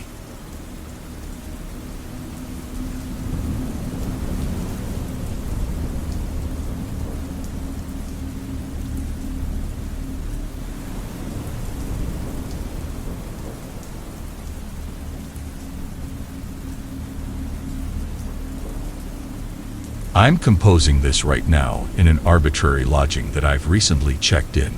Maybe the exact opposite thing that I could at any point compose, assuming the most obviously terrible situation is to happen. Assuming that anything happens to me, something like somebody knows. My story goes this way. I went out on the town half a month prior. It was with a young lady from Kindling and my experience utilizing a dating application. I had recently ended my 3-year relationship with my girlfriend after discovering that she was having an affair, so my friends Tom and Mike encouraged me to give it a shot. Wander the open fields, they said. So I did. I downloaded the application, set up my profile, and started swiping. It was after a couple of swipes when I got my most memorable match. An appealing blonde with dazzling blue eyes named Megan. She was as old as me, and her profile painted a seriously friendly young lady. I began informing her, as getting some information about her subtleties, what she's doing on Kindling, her inclinations, and we appeared to truly started it off. She played with me to some degree, and being the person who just escaped a relationship, I should concede I got pretty energized. So when she proposed that we go out for supper soon thereafter, I quickly expressed yes automatically. We met at a quiet cafe near the suburbs, as she suggested. She said it was close to her house, and since I drove, I thought it would be appropriate to go see her instead. She was at that point finding a seat at a table outside when I came to. At the point when I originally saw her, she seemed to beat her photos. She still had blue eyes and blonde hair, but her complexion looked worn out, like she hadn't slept in days. She looked substantially more slight also, and the temperature around her appeared to drop when I moved toward her. I was beginning to feel uncomfortable, however, not having any desire to be discourteous. I advised myself to proceed the date in any case. Perhaps it was simply me not being utilized to the dating scene sooner or later. Yet that was when things began getting bizarre. She inquired as to whether I was shocked by her looks, to which I quickly denied, despite the fact that it's valid. Attempted to redirect the point away, however she mockingly called me a liar, and afterward continued to cross-examine me of my genuine explanation of utilizing Kindling to meet young ladies. Told her that I needed to know more individuals, to which she expeditiously countered by saying I was lying once more. She hissed at me as she suddenly slammed the table. I assume that's all you guys want to do is get into our pants. We're just objects of your lust, and all you want to do is satisfy your lust. I don't realize it was my eyes pulling pranks on me. Yet briefly I saw her blue eyes going to a shade of red and being truly creep out at this point.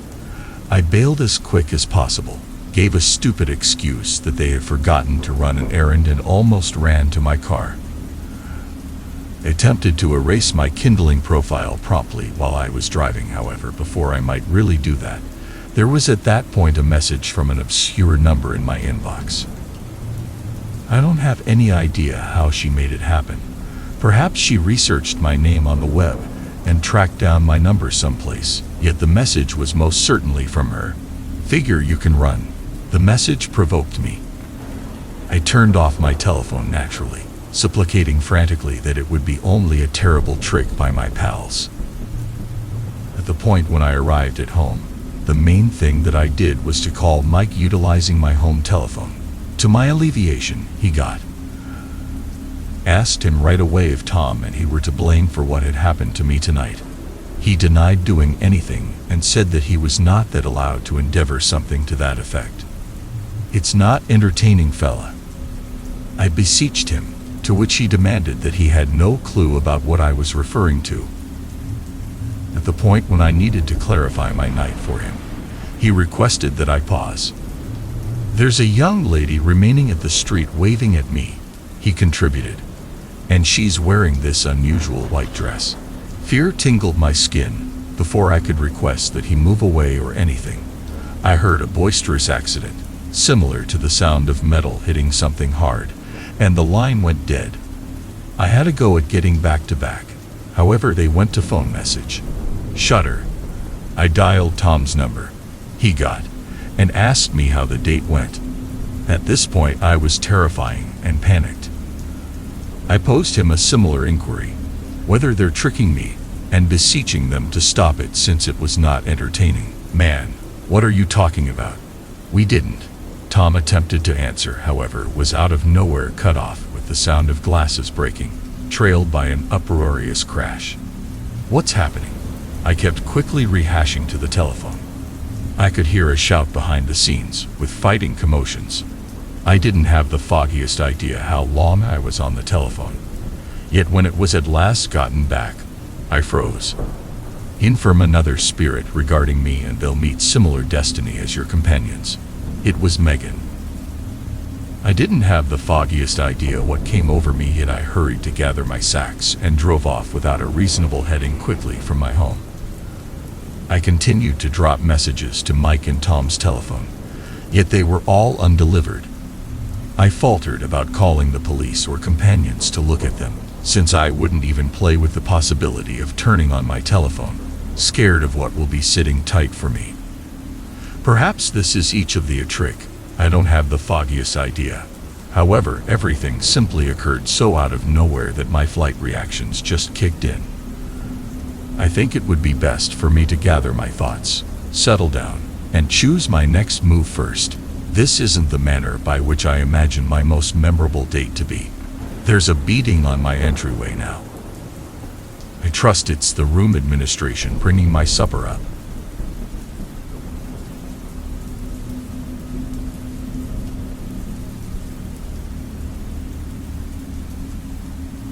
You'll understand what I mean when I say I was ghosted on Tinder, or at least you'll think you do, but you'll be dead wrong. Unless you've just emerged from whatever rock you've been living under, you won't know what I mean. Very literally. The foundation, for the people who care, is that I've been utilizing the dating application for more than a year at this point, since my companions told me, as courteously as they probably were aware how, that they were weary of paying attention to my forlorn groaning, and I ought to get out there and find somebody and make them groan. I'm informed it's very common, and there's no disgrace connected at such a long time, generally by others who utilize the application. In any event, for over 30s like me, no shame, simply determined demolition of the self-esteem and mounting distress. I'll not exhaust you with my prosperity or scarcity in that department. To say the least, I'm no kindling virgin, being overlooked abruptly in mid-discussion for not a glaringly obvious explanation irritates me not. I'm practically shocked in the event that it doesn't work out. I wouldn't contact finger to console for such trivialities. This was something very unique. Something about virtual entertainment of any sort it's persevering. Facebook isn't stopped by death. I surmise a great many people north of 30 at this point should have a couple of dead faces in their book. For the most part lethargic, however, every so often labeled in an old picture or informed in remembrance. It's a deeply moving memento mori for such a common, shallow platform, in my opinion, like stepping in a puddle on the asphalt and plunging out of nowhere, hopelessly lost, disturbing, chilling as the burial place. It's shockingly hard, in any event, for the nearest family to get them brought down. It should have been obvious that Tinder would have something similar, I suppose. Our internet-based personas don't require us alive. In among that large number of pictures of thin individuals who've since a long time ago developed fat, new faces currently lined and crumpled, full-haired now, more than thinning, there will undoubtedly be a couple of photo in the full flush of life and presently cold and dead. It's straightforward math. How frequently has each client of kindling or blunder or whatever swiped right on a carcass? Furthermore, since their swipes are put away for whatever length of time the program in all actuality does store them, how frequently has that cadaver right swiped back? How frequently have your initial lines fallen, not on hard of hearing ears, but rather on dead ones? Worryingly near necrophilia, right? It deteriorates, much more regrettable, in light of the fact that, simply envision, if the dead write back, what happens? It was the end of a mundane, everyday day. For reasons unknown, despite the fact that I don't appear to at any point get matches when I'm a terrible state of mind, I began to swipe my direction through my everyday remittance on kindling. I was pretty much daydreamed. The most common way of looking pictures and swiping left or right was occurring without names or even faces enrolling with any piece of my cerebrum. My eyes and thumbs appeared to have connected themselves directly to my charisma, leaving my cerebrum allowed to stay completely upon every one of the terrible choices and squandered open doors that had left me attempting, however fizzling, to get a corporate calculation to attach me with a date. Her image woke up me from my daze without a moment's delay. It was only a tad to a long way from the typical round of ladies pointing their telephones at restroom mirrors, grinning somewhat woodenly out from seats or presenting before view. The foundation was dull, practically shapeless, simply an unclear feeling of some kind of smooth curtains. Her face stood apart palely in the midst of it, pretty positively, dim hair, fine highlights, and surprising blue eyes, obviously without makeup, yet pale, her demeanor quite odd. More of a pulling back of the lips and showing of the teeth than a smile. Different pictures, as I looked through them, were comparable. A similar dimly covered foundation, the very lamincy that appeared to be not such a great amount to sparkle upon her face as from it. A similar demeanor, assuming that much else, and more articulated. She also seemed familiar, not well known, but familiar, like a stranger's face you pass occasionally in the same place at the same time, and if you ever see them anywhere else, you know them, but have no idea why. Her profile was similarly somewhat off. JDO 3X, who exactly am I waiting for? C2 non-venomous promotion me, self-image venium promotion T. What's more, despite the fact that I was somewhat put troubled, and couldn't comprehend the Latin, she was pretty, thus absent a lot of thought. I swiped right. It didn't match straight away. I was going to stop for the night when the warning pinged up, "You have another match, JDO." I can't imagine I wasn't energized.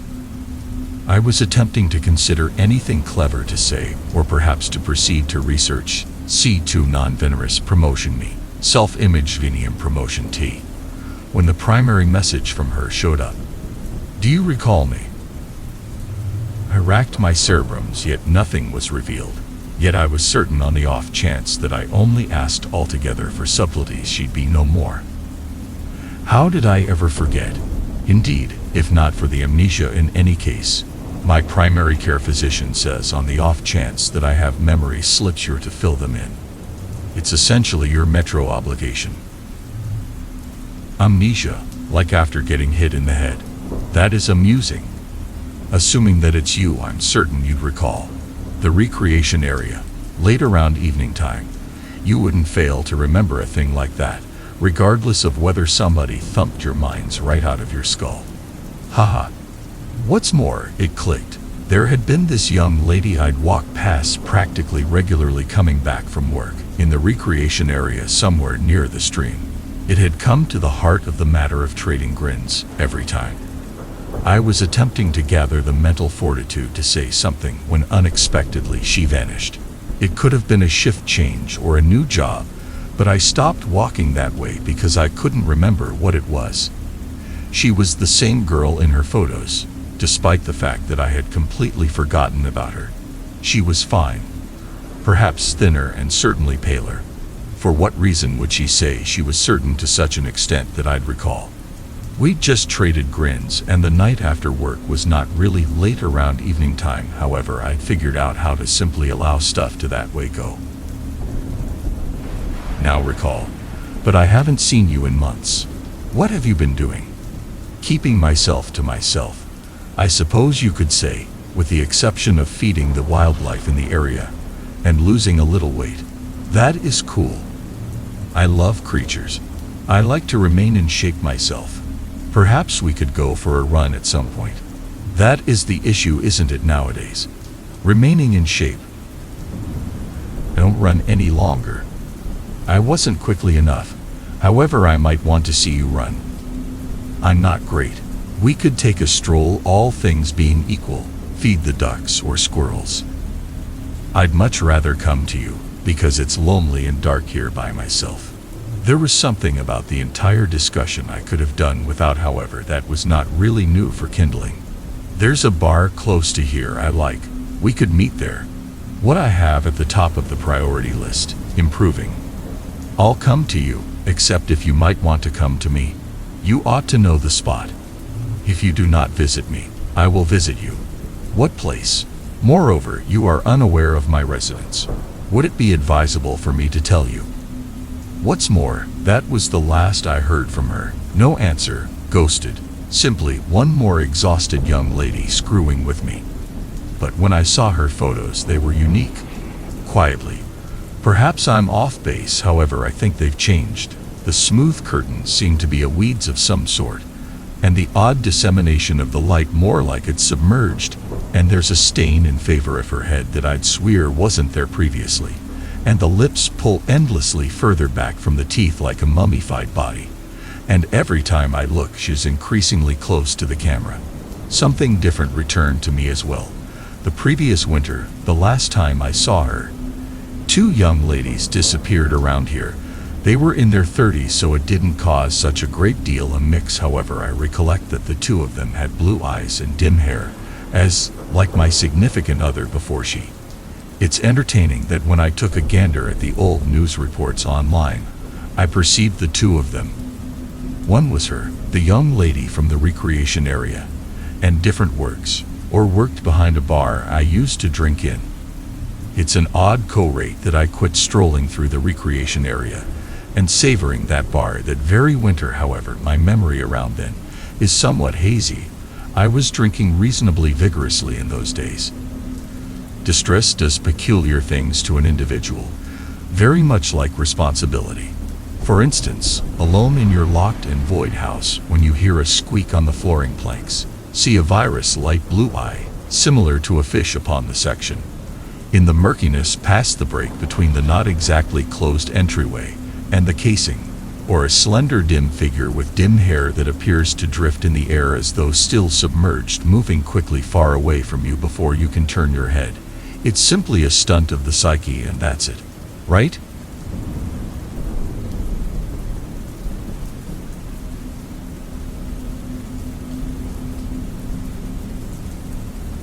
In the same way as other evenings prior, I took a stab at looking on the web for a date. It often closes in catastrophe, or simply not tracking down anybody. The times I, in all actuality, do find somebody who needs to go out, we're only not good for one another. Or then again, we go to her place and nothing occurs. I'll leave miserable, and she'll ridicule me to her companions at her work without a doubt. I've been informed I'm not a terrible person by individuals, and I frequently joke in the event that they're simply visually impaired. Perhaps it's my character. No, it can't be. I tell myself. I open Tinder just before going to bed, and generally swipe right on everyone. I make the decision to fall asleep after I run out. Perhaps I'll have a match in the first part of the day. Despite knowing this, I tell myself that I'm way too optimistic. To my never-ending shock, I had a match. She was close, appeared to be adorable, and had an astonishing character. She goes by the name Paige and is about my age. I sent her a run-of-the-mill hi in trust she would answer. not the best at conversation starters, so I simply need to regularly begin the discussion. I put down my telephone and begin to prepare for work. After a shower, I check my telephone out.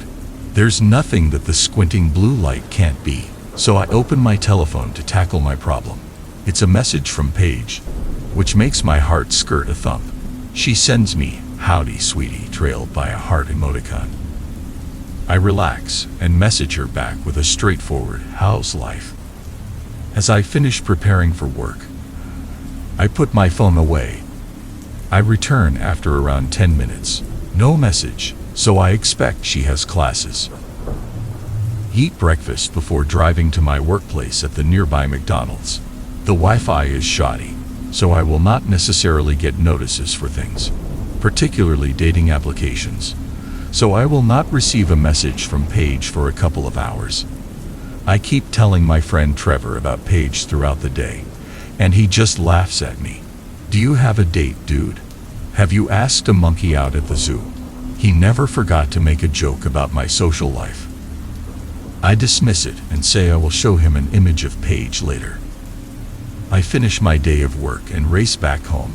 When I'm in the vicinity of my home, I get a text from Paige.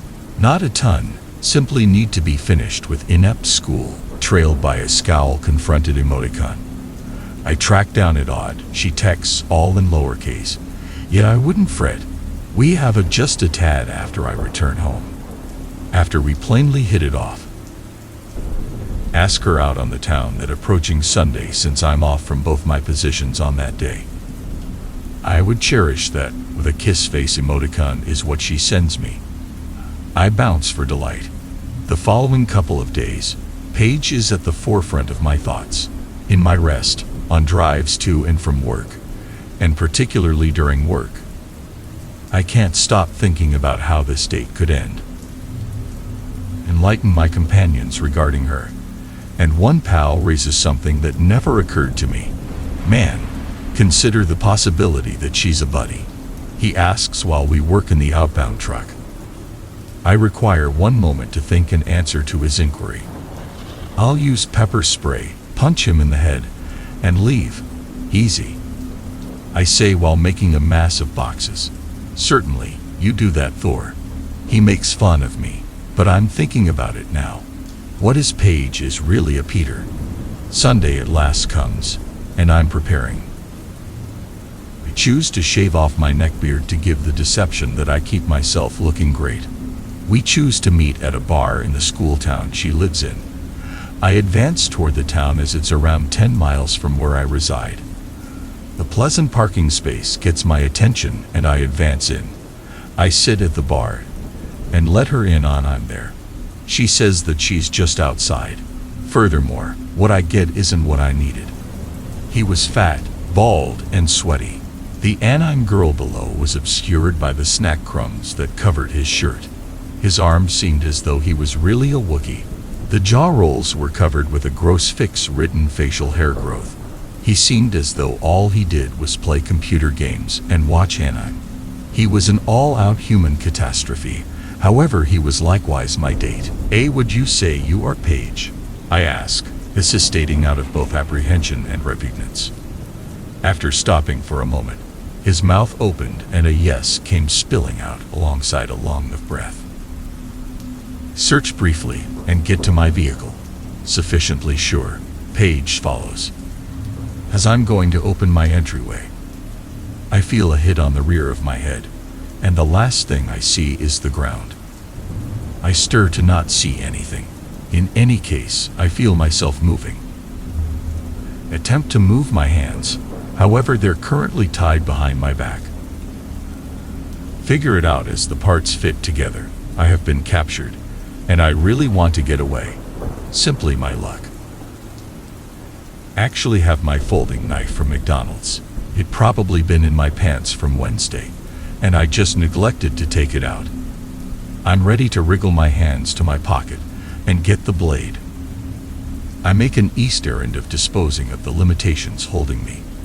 I check out the storage compartment for anything. Right now, I see a harmony utilized for simple getaway. Jackpot. I ponder internally and pull the harmony. In the storage compartment, and immediately remember the plate so I can distinguish the vehicle to the police.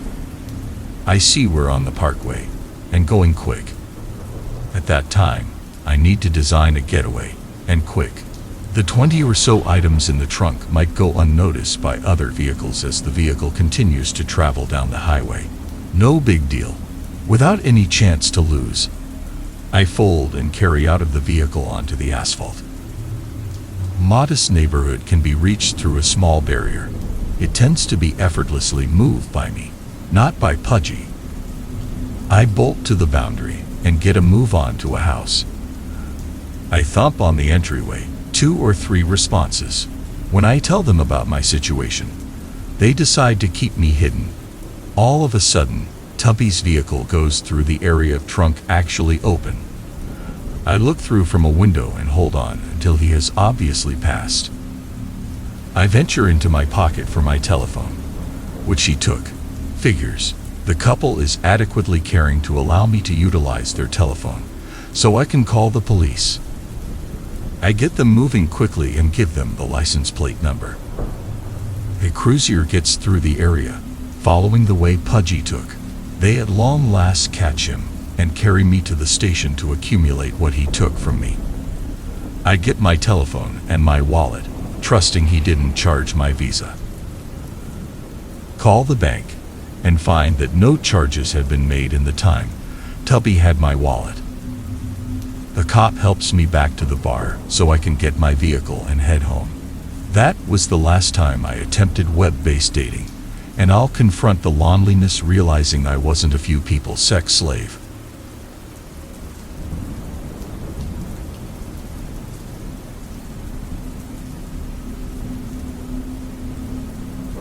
I love dating applications. Who can fault me? Meeting new intriguing individuals, and a few times, assuming the science is correct, having intercourse. What difference would it make? There's been a thing on the report about individuals disappearing. However, hello. This world is far too vast to be confined to your childhood home with friends. I've seen many folks and young ladies. This year alone, a date like clockwork or thereabouts. Suppose I'm attempting to see as the one, somebody that would make my life in this gigantic city seriously satisfying, really fascinating, somebody to impart the delight to. I think my profile is generally great. The first image, in a white dress, red lipstick, sunglasses, and heels. I'm leaning against a red brick wall. Second picture, a selfie of me laying on the bed, on my stomach. Advantages can see my eyes, however. Camera trims at my nose attempting to be hot and charming. Offer me a reprieve. Third picture is of me from the back, wearing shorts and a tank top, my hair down and in twists. I'm 19, so the consideration I draw in is sufficient. At this point, I've talked to 4 people but haven't met any of them yet. Joe is engaging. Tom is my first choice right now because he is so hot. Furthermore, cunning. Furthermore, amusing. He may be the one. Subsequent choice would be Jessica. She isn't exactly my sort, however, we clicked right away. Tom informed me while I was composing this up. Hello, Gorgas. Woo too. Hex. Hello, you ex. Not much. Simply doing some uni work. What might be said about yourself? Asterisk, simply attempting to destroy my headache. Was a wild one. Final evening. Help me get better, please. Tom, I simply cannot feel sorry for you and your self-inflicted pain. Ought to have been known better, haha. What are you thinking of? So quick version, he asked me out on the town tonight, which I acknowledged. I'm exhausted and have no plans. We consented to get together at Westminster. Better believe it. The bustling occupied Westminster, close to the large Ben. I choose to wear a dress, thick coat, shoes, and bringing my knapsack, going for that easygoing silly look. So I got my train here. I'm a bit early. It's 1836. I have an additional 24 minutes. So I chose to stroll around. I sit down involving a paper that states something senseless about expansion and murders of youngsters. That is London for ya. I ensure I don't destroy my dress. Haven't been at Westminster throughout recent months. I'm cheerful. It's a particularly bustling spot. Causes everybody to feel more secure when you meet an outsider out in the open. I see Tom with his telephone in his grasp. He's wearing dark pants, a shirt and an unfastened blue shirt. He looks great. Tom continued to look at people, his phone, and my profile picture, without a doubt. I smiled and came closer to him to say hello after we made eye contact. We head across the extension to the arcade room to play a few games and dispose of that ponderousness when you simply meet face to face. I'm apprehensive in light of the fact that he appears to be so awesome, indeed, even excessively great. Subsequent to spending not many hours there, we choose to take a walk. The walk around, stroll past Westminster Nunnery, go across a street, and afterward turn right.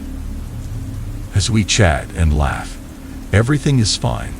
However, as we leave more populated streets behind us, I glanced at him and noticed that he appeared content and calm, excessively quiet.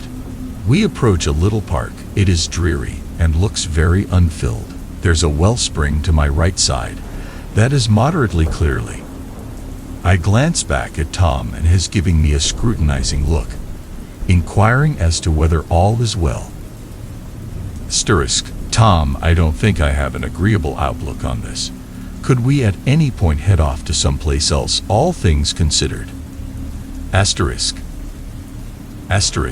Try not to be senseless. Come on, are you terrified of the dull, dim park? My grin dropped. How dares he mock me?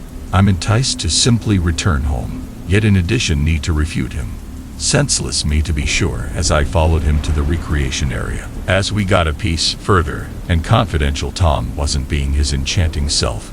Rather, he continued to respond suddenly to my inquiries. Then, at that point, he halted in his way.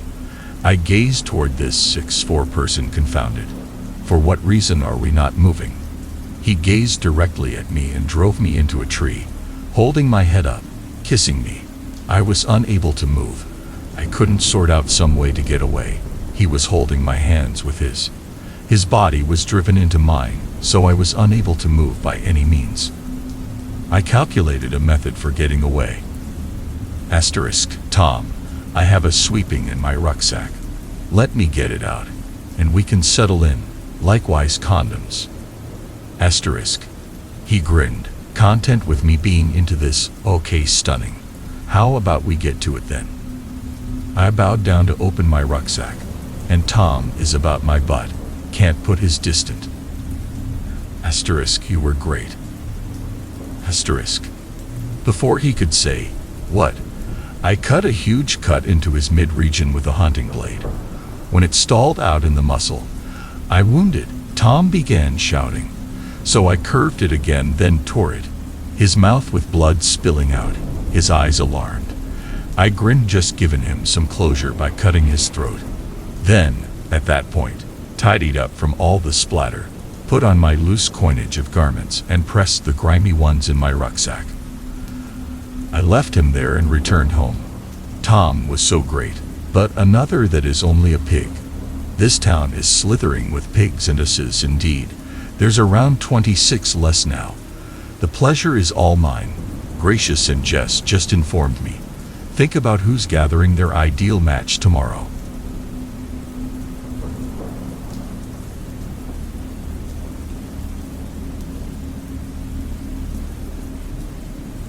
I think my kindling date is following me. No doubt about it. I don't have any idea what to do on the grounds that I can't demonstrate it. I can smell him in my home. The foul smell of oil and third-world sewers, blended in with personal stench. My loft has totally stunk for a really long time. I haven't gone in but to get white garments and drop off old ones. Originally saw the smell when I returned from our date. The smell was weak, scarcely there. Briefly, I felt that it was the miasma of trash rolling in from the open restroom window. The grime from the city clung to my skin as I shut it. Like rest of my life, the date had gone just wrong. Gerald, he was peculiar. Except for the fact that Gerald was greasy. No, he was definitely oily. He looked like the pictures. His hair seemed as though it was spread with a smooth, trickling grease, and his skin had a dubious rainbow sheen, similar to oil on water. Sleazy, oozing, and cystic, his voice matched him. I was quickly switched off. I was on Tinder because I had no friends, which is embarrassing. I had recently moved to a medium-estimated modern city in Southeast Asia for my organization's half-year abroad modern connection. My partners were all moderately aged, and I was totally needing for a few under 30 communication. Swiped right on Gerald around 2 weeks prior. A vacant profile, yet bunches of pictures. He appeared to be sufficiently typical, charming in the tall, inclined kind of way. All things considered, I will not reject that having a neighborhood kid take me around made the possibility of a half year in essentially a modern no place fairly more satisfactory. At the point when Gerald stood up, he left a smooth gleam on the seat. I ran off into the Gojek cab that had been waiting for me after dropping my half of the bill and mumbling something about work. I'd tipped him an additional 20 to stand by. I don't recollect what we discussed during our date. I in all actuality do recollect seeing him through the window of the eatery. His eyes were disgusting, wandering, watching me leave. He messaged me in the taxi, requesting another date. I politely declined, but his responses were less than warm. The odor. It was the smell that caused me to choose to leave. It was as yet faint then, simply a waiting fragrance. However, it made me apprehensive. Basic awkward sensation of something not exactly right. Tossed some garments into my rec center duffel then. At that point, flagged down a taxi to the nearest occasion hotel. That was about a portion of 7 days prior. The texts have been coming in once like clockwork. I overlook them now. The previous evening, I went to my condo to get more garments. The smell splashed the front entryway, spilling into the hall. I smelled it the second my lift opened. It developed further as I moved toward the loft. My polished, rough-rubbed doorknob sparkled with light from scrabbling hands. I didn't have to contact it to realize that it would be slick, that it would be rotten. Dashed back to the hotel's safety and the safety of others. Flood charge be damned.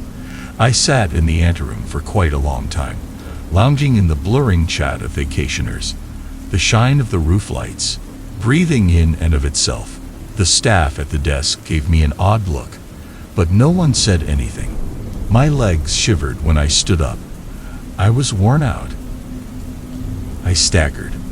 Lobby, lift, corridor, bedroom, bed.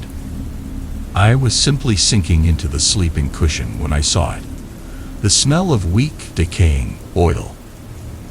I scored the fingers of my right hand together. When did they get canvassed in oil?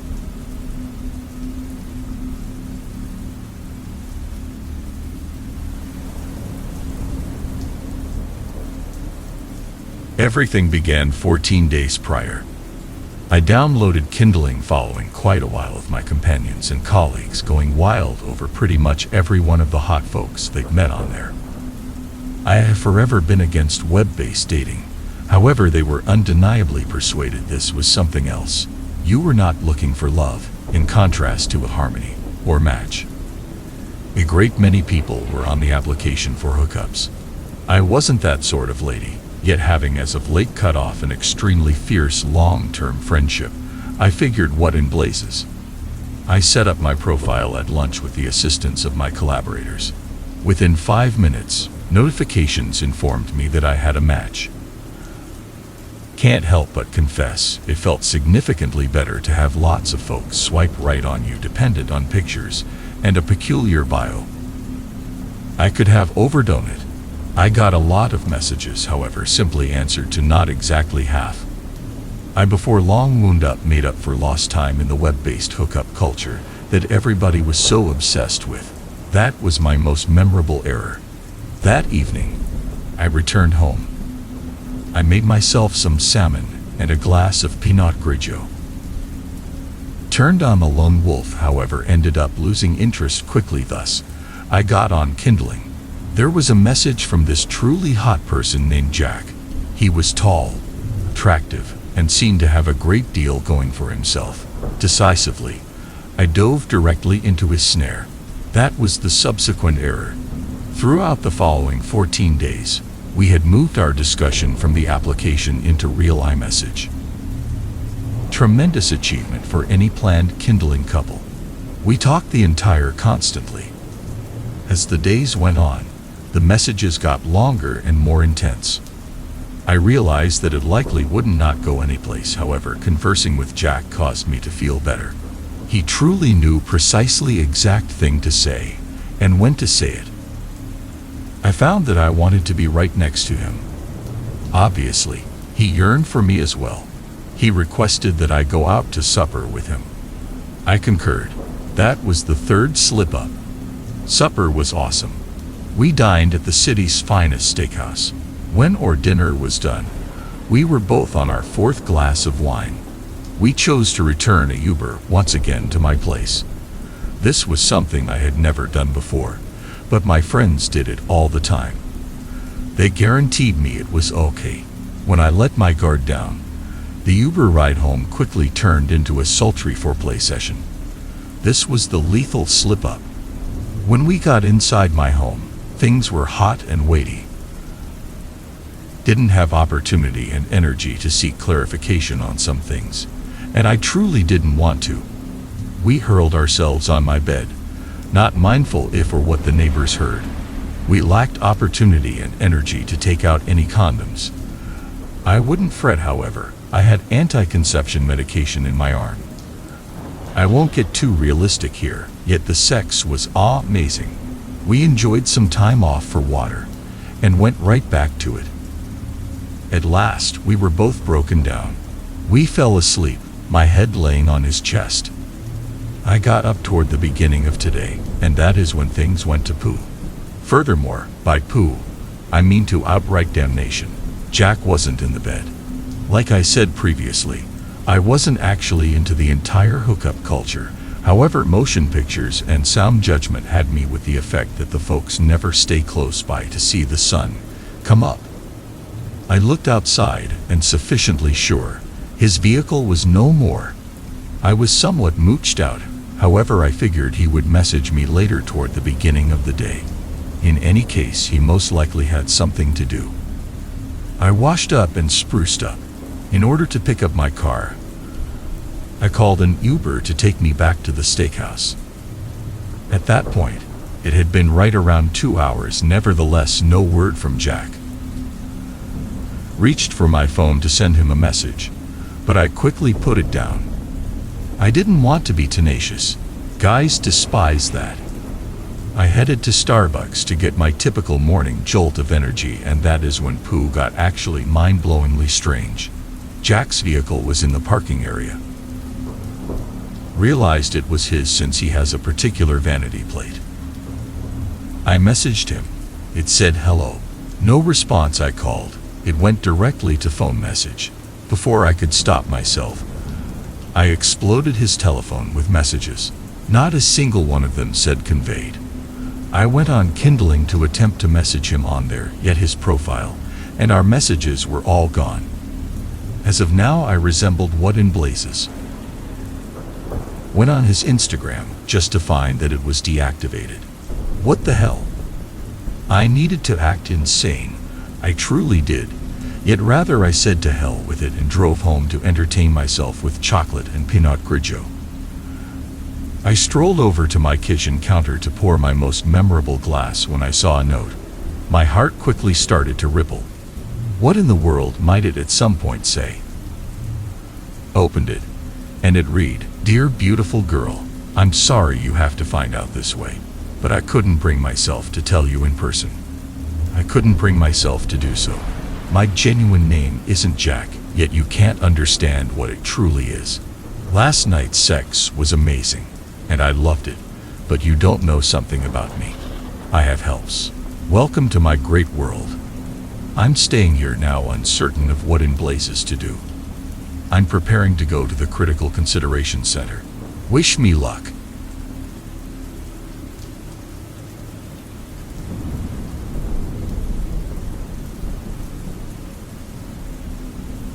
I made the decision to look for love in an effort to find enduring meaning in this fleeting life.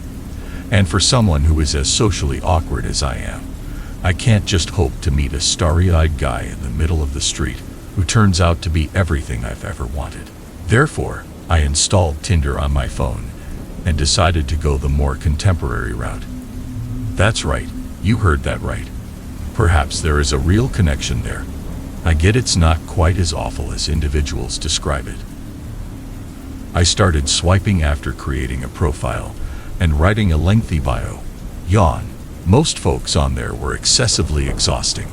Hackneyed profiles, cringeworthy pictures, and messy conversation starters. After about a day, I was finished. I came across this one man just as I was about to delete the application. He was 20 years old, had a strong build, had a smart bio, and we were compatible. I felt as though I had known him my entire life as the conversation flowed effortlessly, and we struck up an instant connection.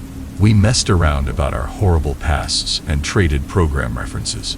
Furthermore, he wasn't one of those downers who was frantic to attach, so I really felt open to conversing with him. We remained up the entire evening messaging and chose to meet that end of the week. We planned to go to a Starbucks and hang out to see where it goes. I was amazingly eager to meet this person. He was adorable, savvy, amusing, compassionate, the entire bundle.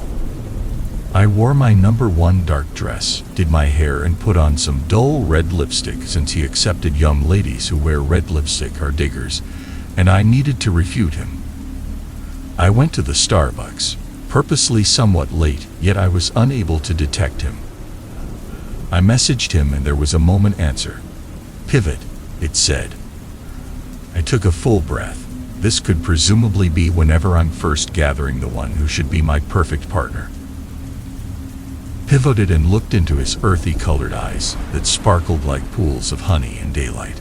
He had a flawlessly etched face and a charming fragrance of cigarettes, cologne, and some synthetic I couldn't exactly put. He was wearing a fresh white shirt with the sleeves moved up to his elbows. His hair was perfect, at this point muddled, in this unusually enchanting way. I saw this fellow, and I was unimaginably drawn to him. Hello, he grinned. He had a profound voice and a compliment that I was unable to put, which I accepted for a moment that was a South African pronunciation since he had let me know he grew up there.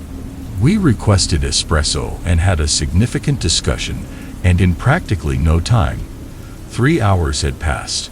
We talked about our lives, our pasts, paranoid ideas, the universe, thus a lot additional interesting issues. He wasn't simply truly appealing, however, given a staggering measure of scholarly excitement too.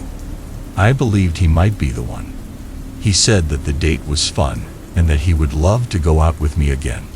Presently, I realize I wore red lipstick to demonstrate I wasn't a cultivator. However, I was truly drawn to this person, so I requested that he return to my place. He snickered, and proposed we go to his place rather, since it was nearer. We took a taxi and arrived at his place, which was 10 minutes away. It wasn't precisely the way that I had envisioned it to be. It was this old, flimsy design with void plots of land surrounding it. It was separated, it could be said. Yeah, I confided in him. The inner parts of the house weren't the slightest bit like the outside. It was spotless, sufficiently bright, and all around designed. There was more grounded smell of the previously mentioned substance here. However, I didn't pay an excessive amount of regard to it. He inquired as to whether I needed a beverage, and I only requested a Coke, so he got me a glass of Coke with 3 ice shapes. After I finished my drink, we talked for a while, and before I knew it, his soft lips were against mine and his arms were around my waist. Amidst making out, felt tipsy, so I requested that he stop. Yet he didn't. I was muddled. Something was up. I attempted to get up, snatch my handbag, and leave. Yet his solid body had areas of strength for an on-mine. The last thing I recall from that episode was his alluring etched face moving toward mine. I awakened with a beginning the following morning, and I was in my bed, back home. After being doped by a Tinder date, I had no idea what had happened or how I got back into my room. Assuming that he tranquilized me, for what reason didn't he assault me or murder me? Why did I end up sleeping in my bed back at home? I messaged my companions and they let me know it was likely only a bad dream, yet I realized it wasn't. I was frightened, and the primary thing I did was uninstall Kindling. I had a go at messaging him, however. Was unable to track down his number or his subtleties on my telephone, or via virtual entertainment. I could have texted him on Tinder, but my account had just been deleted, and I couldn't get it back. Brilliant. I felt like I was going off the deep end. When I got in the shower, strange marks were all over my body. I found scars that weren't there previously and wounds in strange regions. I was terrified, and I couldn't understand what was going on. Went to work, however, some way or another. I felt unique. I felt like something was different about me. We decided to go to the mall in the evening with some friends, and as soon as I stepped through the metal detector at the entrance, it went crazy. It mysteriously started signaling uproariously, yet since I wasn't conveying anything, the security workforce apologized and let me know that it was most likely the machine's shortcoming. That evening, I had an unnerving bad dream. I was on a table in this unimaginably splendid room, and there were unidentifiable animals around me. Tall, dim animals with no recognizable facial elements. The room possessed an aroma like a similar substance as my creepy Kindling date. These animals brought careful hardware near my skin, and right as they were going to cut into my stomach, I awakened. One of the aforementioned scars was located exactly where I lifted my shirt. Don't know what's going on now, because I've watched way too many videos about conspiracy theories. Only one plausible explanation exists. I was snatched by outsiders, and they have embedded a test or the like within my body. My Kindling date was an individual from an outsider species so high level that they can assume the actual appearance of other living things. When we were discussing conspiracy theories, he mentioned such creatures, but in reality, he was referring to himself. He claimed to be the ideal person for me to bait me into returning to his place, so his sort could involve me as a subject to perform investigates. The metal indicator went wild due to the test they have embedded within me. This alien species is monitoring me right now, but no one believes me.